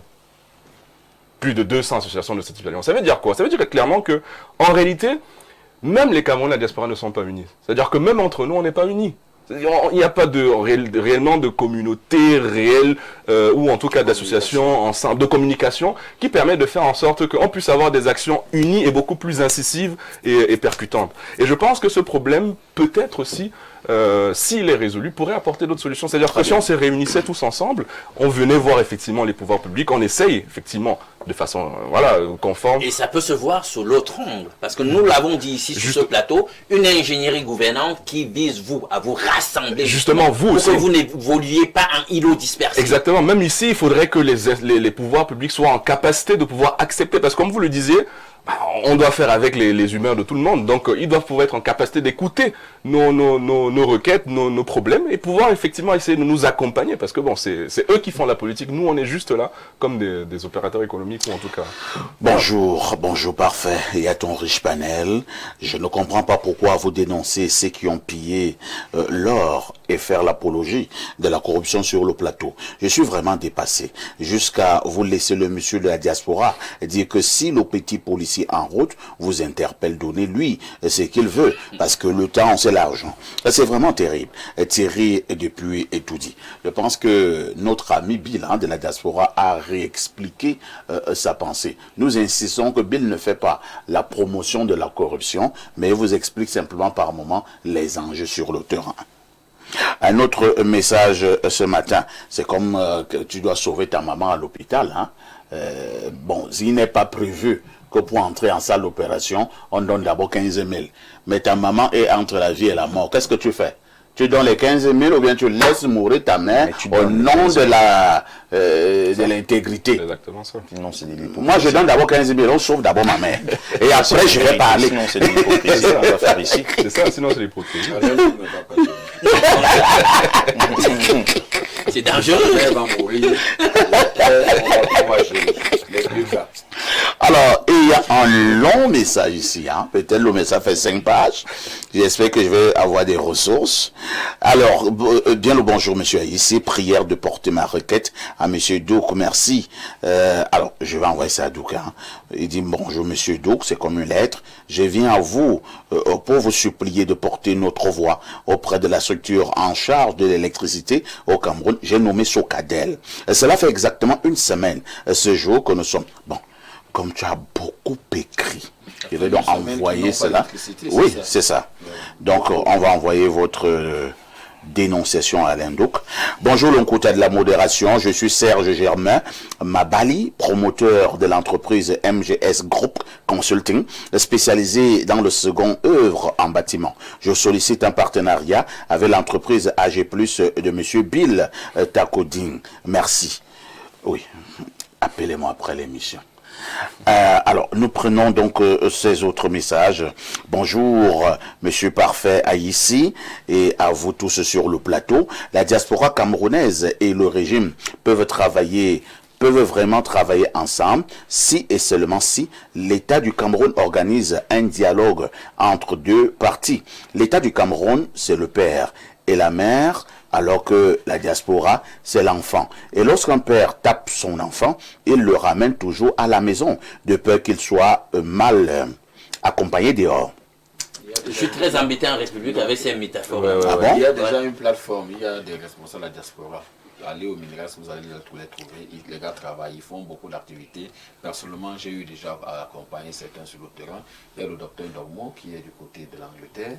Il y a M. Nguene qui est aussi du côté de l'Angleterre. Il y a une dame là qui est docteur du côté de la France. Je crois qu'ils viennent régulièrement ici faire des activités. J'ai dit qu'il y a une diaspora positive, il y a une diaspora négative. Tu ne peux pas lancer un morceau de viande à un chien et tu prends le bateau au même moment, le chien ne viendra pas. Faut que les gens changent de mentalité. Nous devons changer de paradigme. Et pour sortir, je voulais simplement dire que tout à l'heure, Alain Douk m'a stigmatisé en disant qu'en tant que pasteur, je fais la promotion de la corruption. Je dis non. Non, je n'ai pas dit ça. Je parlais des hypothèques. La corruption en fait partie. Il y a beaucoup d'hypothèques. Parce qu'ils sont plusieurs téléspectateurs ce matin qui pensent que vous êtes venus faire la promotion de la corruption sur ce plateau. C'est-à-dire que Bill et toi, donc vraiment défendez-vous encore bien. Qu'est-ce que l'hypothèque en management? Qu'est-ce que l'hypothèque en management des projets? C'est l'obstacle. Il y en a beaucoup d'obstacles. Et les gens, nos frères de la diaspora parlent de beaucoup trop d'obstacles qui les empêchent de venir investir au Cameroun. La corruption, en fait, n'est qu'un seul élément. Alors moi, j'ai dit tout à l'heure que quand on monte un projet, on tient compte des hypothèques qui sont des obstacles. Il faut réfléchir comment est-ce que les braver pour pouvoir arriver à ses fins. tout simplement. Non, je n'ai pas parlé en tant que tel de la corruption. Très bien. Alors, la suite du message du monsieur dit donc ceci. Nous avons la chance que ces Camerounais, intellectuellement parlant, sont des travailleurs à l'extérieur dans tous les domaines et le régime devait les encadrer pour qu'ils reviennent investir au pays pour employer les jeunes. Camerounais qui pensent aller au désert. Comment comprendre qu'un Camerounais a un centre hospitalier dans un pays autre que dans son propre village? On va à plus de 50 km pour voir un hôpital. Est-ce qu'il est incapable de réaliser cela ici? Dans cette diaspora, nous avons les grands médecins, les grands commerçants, les grands ingénieurs et les grands entrepreneurs. Que l'État prenne ses engagements envers ses fils et filles de la diaspora. Ils peuvent être impulsifs, c'est vrai. Beaucoup parmi eux ont utilisé le désert pour arriver où ils sont aujourd'hui et on ne doit pas leur imposer un choix politique, non plutôt l'orientation dans l'investissement au Cameroun. Un autre message. Bonjour Parfait ici et bonjour à toute l'équipe sur le plateau. Pourrait-on avoir le contact de votre téléspectateur Anissé qui décrit cette exploitation de l'or avec les équipements dits de dernière génération du côté de la région du Sud? S'il vous plaît, c'est Selcom Sonamine. Okay. Bonne émission à vous. Voilà, une autorité. C'est bien. Hein? Excellente réaction. La réponse est la même. Appelez-moi après l'émission. Je vais encore fouiller dans mon téléphone pour retrouver le message du monsieur qui a donné un certain nombre d'indications. Bravo à toi, monsieur le Selcom de la Sonamine. C'est tout ce que nous demandons. Un autre message. Bonjour Perfecto. À propos de votre thématique du jour, ces deux entités ne peuvent pas travailler ensemble dans la mesure où la plupart de nos gouvernants ont des entreprises qui emploient des Camerounais avec des salaires et conditions de travail précaires. Et les diasporiens, avec leurs modèles, standards et salaires, sont des véritables concurrents pour leurs entreprises. Alain nous veut absolument réagir et après on donnera la parole à Cyril, à Arthur sur ce plateau. Est-ce que la diaspora camerounaise et le régime peuvent travailler ensemble? C'est la question fondamentale. Pour y répondre, faisons une simulation. Le temps d'un instant, imaginons que nous soyons tous des diasporiens ici. Nous avons un regard externe sur le pays et on analyse les données sur le pays. Depuis 40 ans que le régime est là, est-ce que l'industrialisation s'est faite? Est-ce qu'on a structuré l'économie dans le sens de l'industrialisation? Vous allez voir que on a oscillé entre le 17 et le 20% de contribution de l'industrie dans le PIB. Ça n'a pas bougé, des amis. On a plutôt perdu dans le tissu productif un certain nombre de grandes entités productives qui ont été privatisées ou tout simplement bradées. Vous êtes un diasporien, vous regardez la situation. Le Camerounais, comment ça va, son quotidien? C'est un Camerounais aux abois. On voit toute une société ensauvagée. Les gens sont pauvres, ils fument la drogue, ils passent le temps là, boire la bière en longueur de journée, tout ce qu'il y a de plus fort, les whisky en sachet. Mais qui laisse proliférer ça? Est-ce qu'on peut développer un pays qui se veut grand, avec des gens qui Alain, la drogue et la bière, ce ne sont pas des inventions camerounaises. Hein. Justement, j'en viens. Mais le problème, c'est que chez nous, on dit qu'on boit l'équivalent du fleuve Sanaga en une année. Je pense que ça se fait comme ça. Ailleurs, c'est pas contrôlé. Et pendant qu'on se plaint, il y a trop de porosité, les drogues entrent, on voit pas trop ce qui est fait pour que ça s'arrête.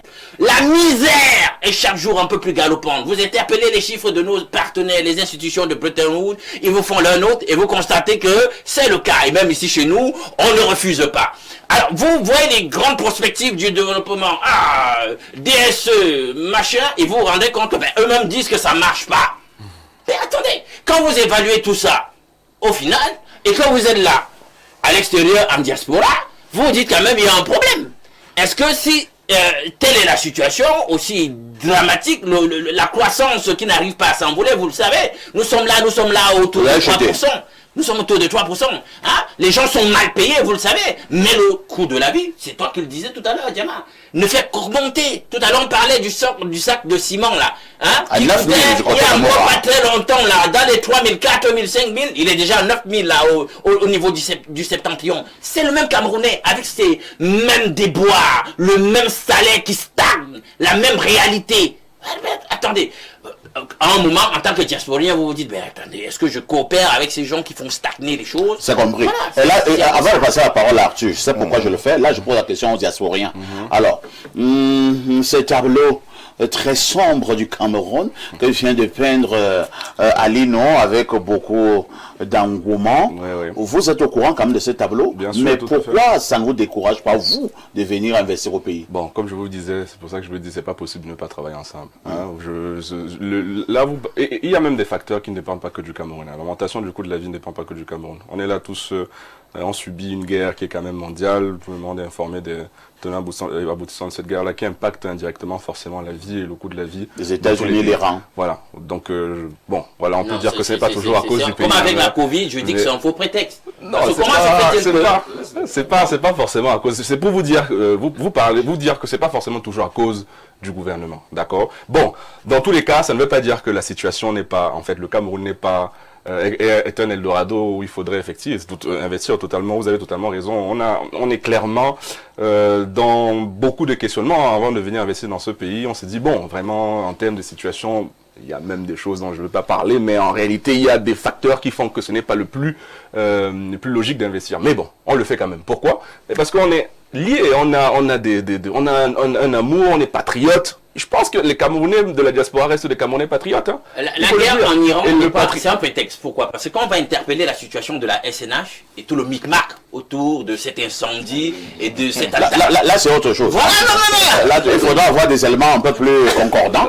Alors, Arthur et Fala, voici un message qu'une diasporienne envoie. Elle est du côté de la France. Bonjour Espace Mini, la diaspora camerounaise est la plus puissante d'Europe. Je pense elle confirme ce que Bill disait. L'État du Cameroun devrait faciliter l'aide à l'investissement de sa diaspora. J'avoue que je ne comprends pas ce qu'elle veut faire, ce qu'elle veut dire là. Ça veut dire quoi? On doit donner de l'argent à la diaspora? Non. La diaspora a de l'argent pour venir investir. Ça veut dire que ça va, il faut faciliter les démarches administratives, il faut lever. Je pense que nous allons avoir une problématique sur ce point. Arthur, vous avez la parole. En fait, moi, je voudrais, parce que je crois que nous sommes en train de clôturer, je voudrais parler à l'État ou à ceux qui nous gouvernent, effectivement. Je suis pasteur, donc je vais clôturer avec cette note, pour leur dire d'avoir des cœurs de parents, des cœurs de pères. On a stigmatisé une certaine diaspora ici, et même quand ce serait le cas, les choses qu'on a citées ici. J'ai une petite histoire dans la Bible qui me parle de l'enfant prodigue. L'enfant prodigue qui a réclamé le bien qu'il estimait lui appartenir. Il a pris et il est allé dilapider. Il a joué la vie à l'étranger. Il a fait des dégâts. Mais à un moment, il s'est rendu compte, il s'est rappelé que il avait une nation, il avait un père, il avait une maison. Et que chez lui, même les mercenaires mangeaient et étaient bien traités. On dit qu'il est entré en lui-même. Et il a décidé de retourner. Et moi, ce qui me marque ici, ce n'est pas l'enfant prodigue qui retourne. C'est le cœur du Père qui accueille, qui est capable de pardonner, qui est capable d'oublier. Une réponse douce apaise même la colère. C'est-à-dire que même si l'enfant a des griefs, même si l'enfant a fait quoi, en réalité, si on leur tend la main, avec tout ce que cela, comment je dirais, comporte. C'est-à-dire que faciliter leur démarche administrative, baisser leur... Parce que ils ont aussi un problème, c'est-à-dire que les impôts qui ne font qu'avancer un grand enjambé et tout le reste. Donc si on facilite ces choses, je crois que même le ton de celle qu'on appelle mauvaise diaspora va revenir, ils reviendront dans de meilleurs sentiments. Donc nous voyons, le père est sorti, il a oublié que c'est un enfant qui a fait des dégâts, il a oublié que c'est un enfant il est sorti pour accueillir son fils et l'a embrassé et même a donné une fête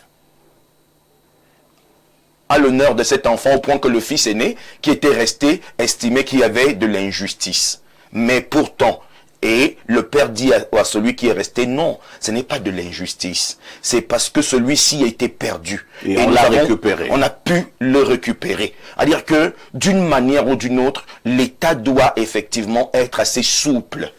Et ce que je vais clôturer en disant, peut-être que je sors un peu, je fais une digression, parce qu'il y a eu un problème de corruption, de corruption, avec beaucoup de malentendus. Je vais dire ceci, peut-être que ça va scandaliser. Il y a un passage dans la Bible qui ne fait pas la promotion de la corruption, mais qui nous parle de savoir racheter le temps et prôner la réconciliation. Si vous permettez que je lis ce passage, c'est Jésus qui dit, c'est dans la Bible dit,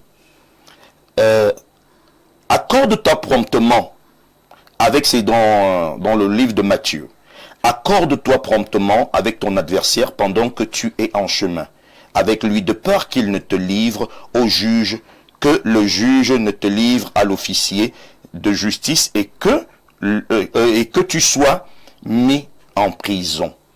Un mauvais arrangement vaut mieux qu'un bon procès. Ce que je vais dire, il y a des moments où tu peux violer, m'est arrivé de violer les feux par inadvertance. C'est-à-dire que tu violes le feu. Le policier est en droit.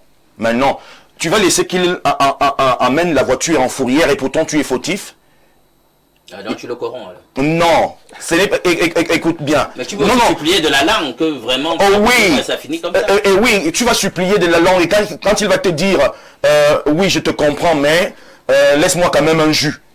Tu vas pas donner ce jus, non, soyons vrais. Si c'est toi, tu brûles un feu, tu es fautif. Tu vas dire non, amène la voiture en fourrière. Non, Alain, dis-nous. Parce que sinon, on va rouler dans l'hypocrisie ici. Merci, hein. Bonjour, perfecto.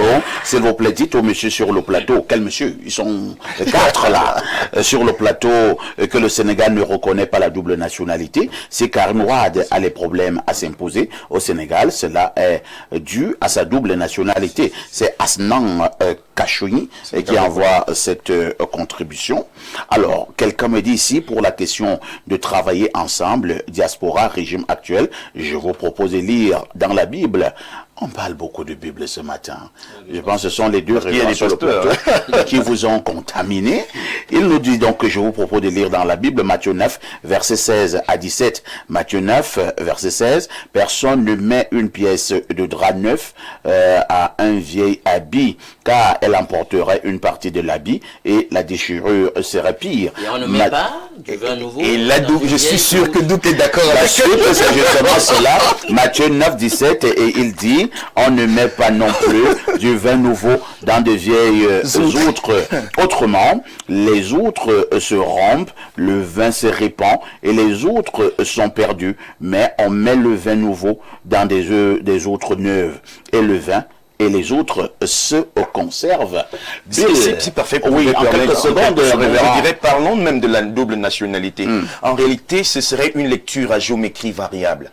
Parce que comment il y a certaines personnes qui fonctionnent avec la double nationalité dans ce pays et qu'on fasse encore de ça un problème. On ne comprend pas, cette logique m'échappe. Comment certains en face de nous, devant nous, ont la double nationalité et à d'autres on refuse, c'est à géométrie variable. Et c'est tout ça qui révolte, c'est tout ça qui amène les gens. Ça comme ça, ils gouvernent, ils ont la double nationalité et ils gouvernent. Et ils gouvernent, qui ont des hautes charges et des responsabilités. Et c'est connu de tous. Voilà. Et ils votent même dans les ambassades, comme on le disait ici. Mais de qui se moque-t-on à la fin? Merci, révérend docteur. En quelques secondes, Diamant. Oui, pas en quelques secondes. Parce que nous sommes arrivés au terme de ce programme. Voilà. Je vous l'ai dit tout à l'heure qu'il faut que nous admettions d'abord que le monde est injuste. C'est parce que le monde est injuste que Christ est venu. Vous voyez... nous ne sommes pas à l'église aujourd'hui. C'est grave. C'est pour ça que Christ est venu. Voyez-vous, chaque jour, tous ceux qui envoient les autres en retraite, ils sont plus âgés. Ah oui. Partout dans là c'est un autre débat. C'est pas un autre débat. Merci. C'est la même problématique. Ils leur disent, la retraite est un repos mérité. Mais les gens vous envoient. Merci. On passe la parole à Bill qui clôture. Bill, vous qui êtes donc diasporien, à votre niveau, qu'est-ce que vous retenez au sortir de ces échanges? Ou alors que vous voulez qu'on retienne? Bon, ce que je retiens quand même, c'est que c'est un débat entre, on va dire, deux camps qui au final s'apprécient. Hein. Au fond. Ouais, au fond. Vous avez tout à l'heure eu des intervenants qui sont issus de la diaspora et qui vous regardent. Et moi-même, je fais partie de ceux qui vous regardaient, hein, et même qui vous regardent toujours. Donc, la diaspora s'intéresse à ce qui se passe à l'Afrique. Sinon, si elle ne s'intéresserait pas, elle ne participerait pas. On m'a même dit que, parfait, voilà. Tu es plus célèbre même à la diaspora qu'au Cameroun. Oui, moi je connais bien l'émission depuis longtemps. Donc oui, on est très intéressés, forcément. Et donc, je pense qu'en réalité, bon, c'est un débat qui va se résoudre. Je pense Faisons un effort d'avoir juste l'amour du pays. Voilà, exactement. Et même ici, je pense que les gouvernements sont aussi informés. Vous avez eu des membres du gouvernement qui regardent aussi votre voilà, il faut du temps, mais je pense qu'au final, tout le monde va sortir de là. Parce qu'on n'a que ce pays, hein. On n'a que le Cameroun. C'est clair. Bon, on ne va pas aller investir ailleurs. Hein. Je vais pas nous autres, nous n'avons pas 5 nationalités. Nous n'avons que notre précieux Cameroun. Voilà pourquoi nous en parlons habituellement avec du cœur. Exactement. Merci au révérend docteur Efala. Merci à Bill, qui est chef d'entreprise valeureux camerounais de la diaspora aussi. Merci à notre invité permanent, Alino. On dit également merci à Djama, pasteur, mais également journaliste. La rediffusion de ce programme, c'est tous les soirs à partir de 22h30. Demain, c'est justement jeudi. Oui, c'est la Champions League hein, sur Espace Mini. Jeudi spiritualité. Avec tout ceci, que faites-vous encore ailleurs?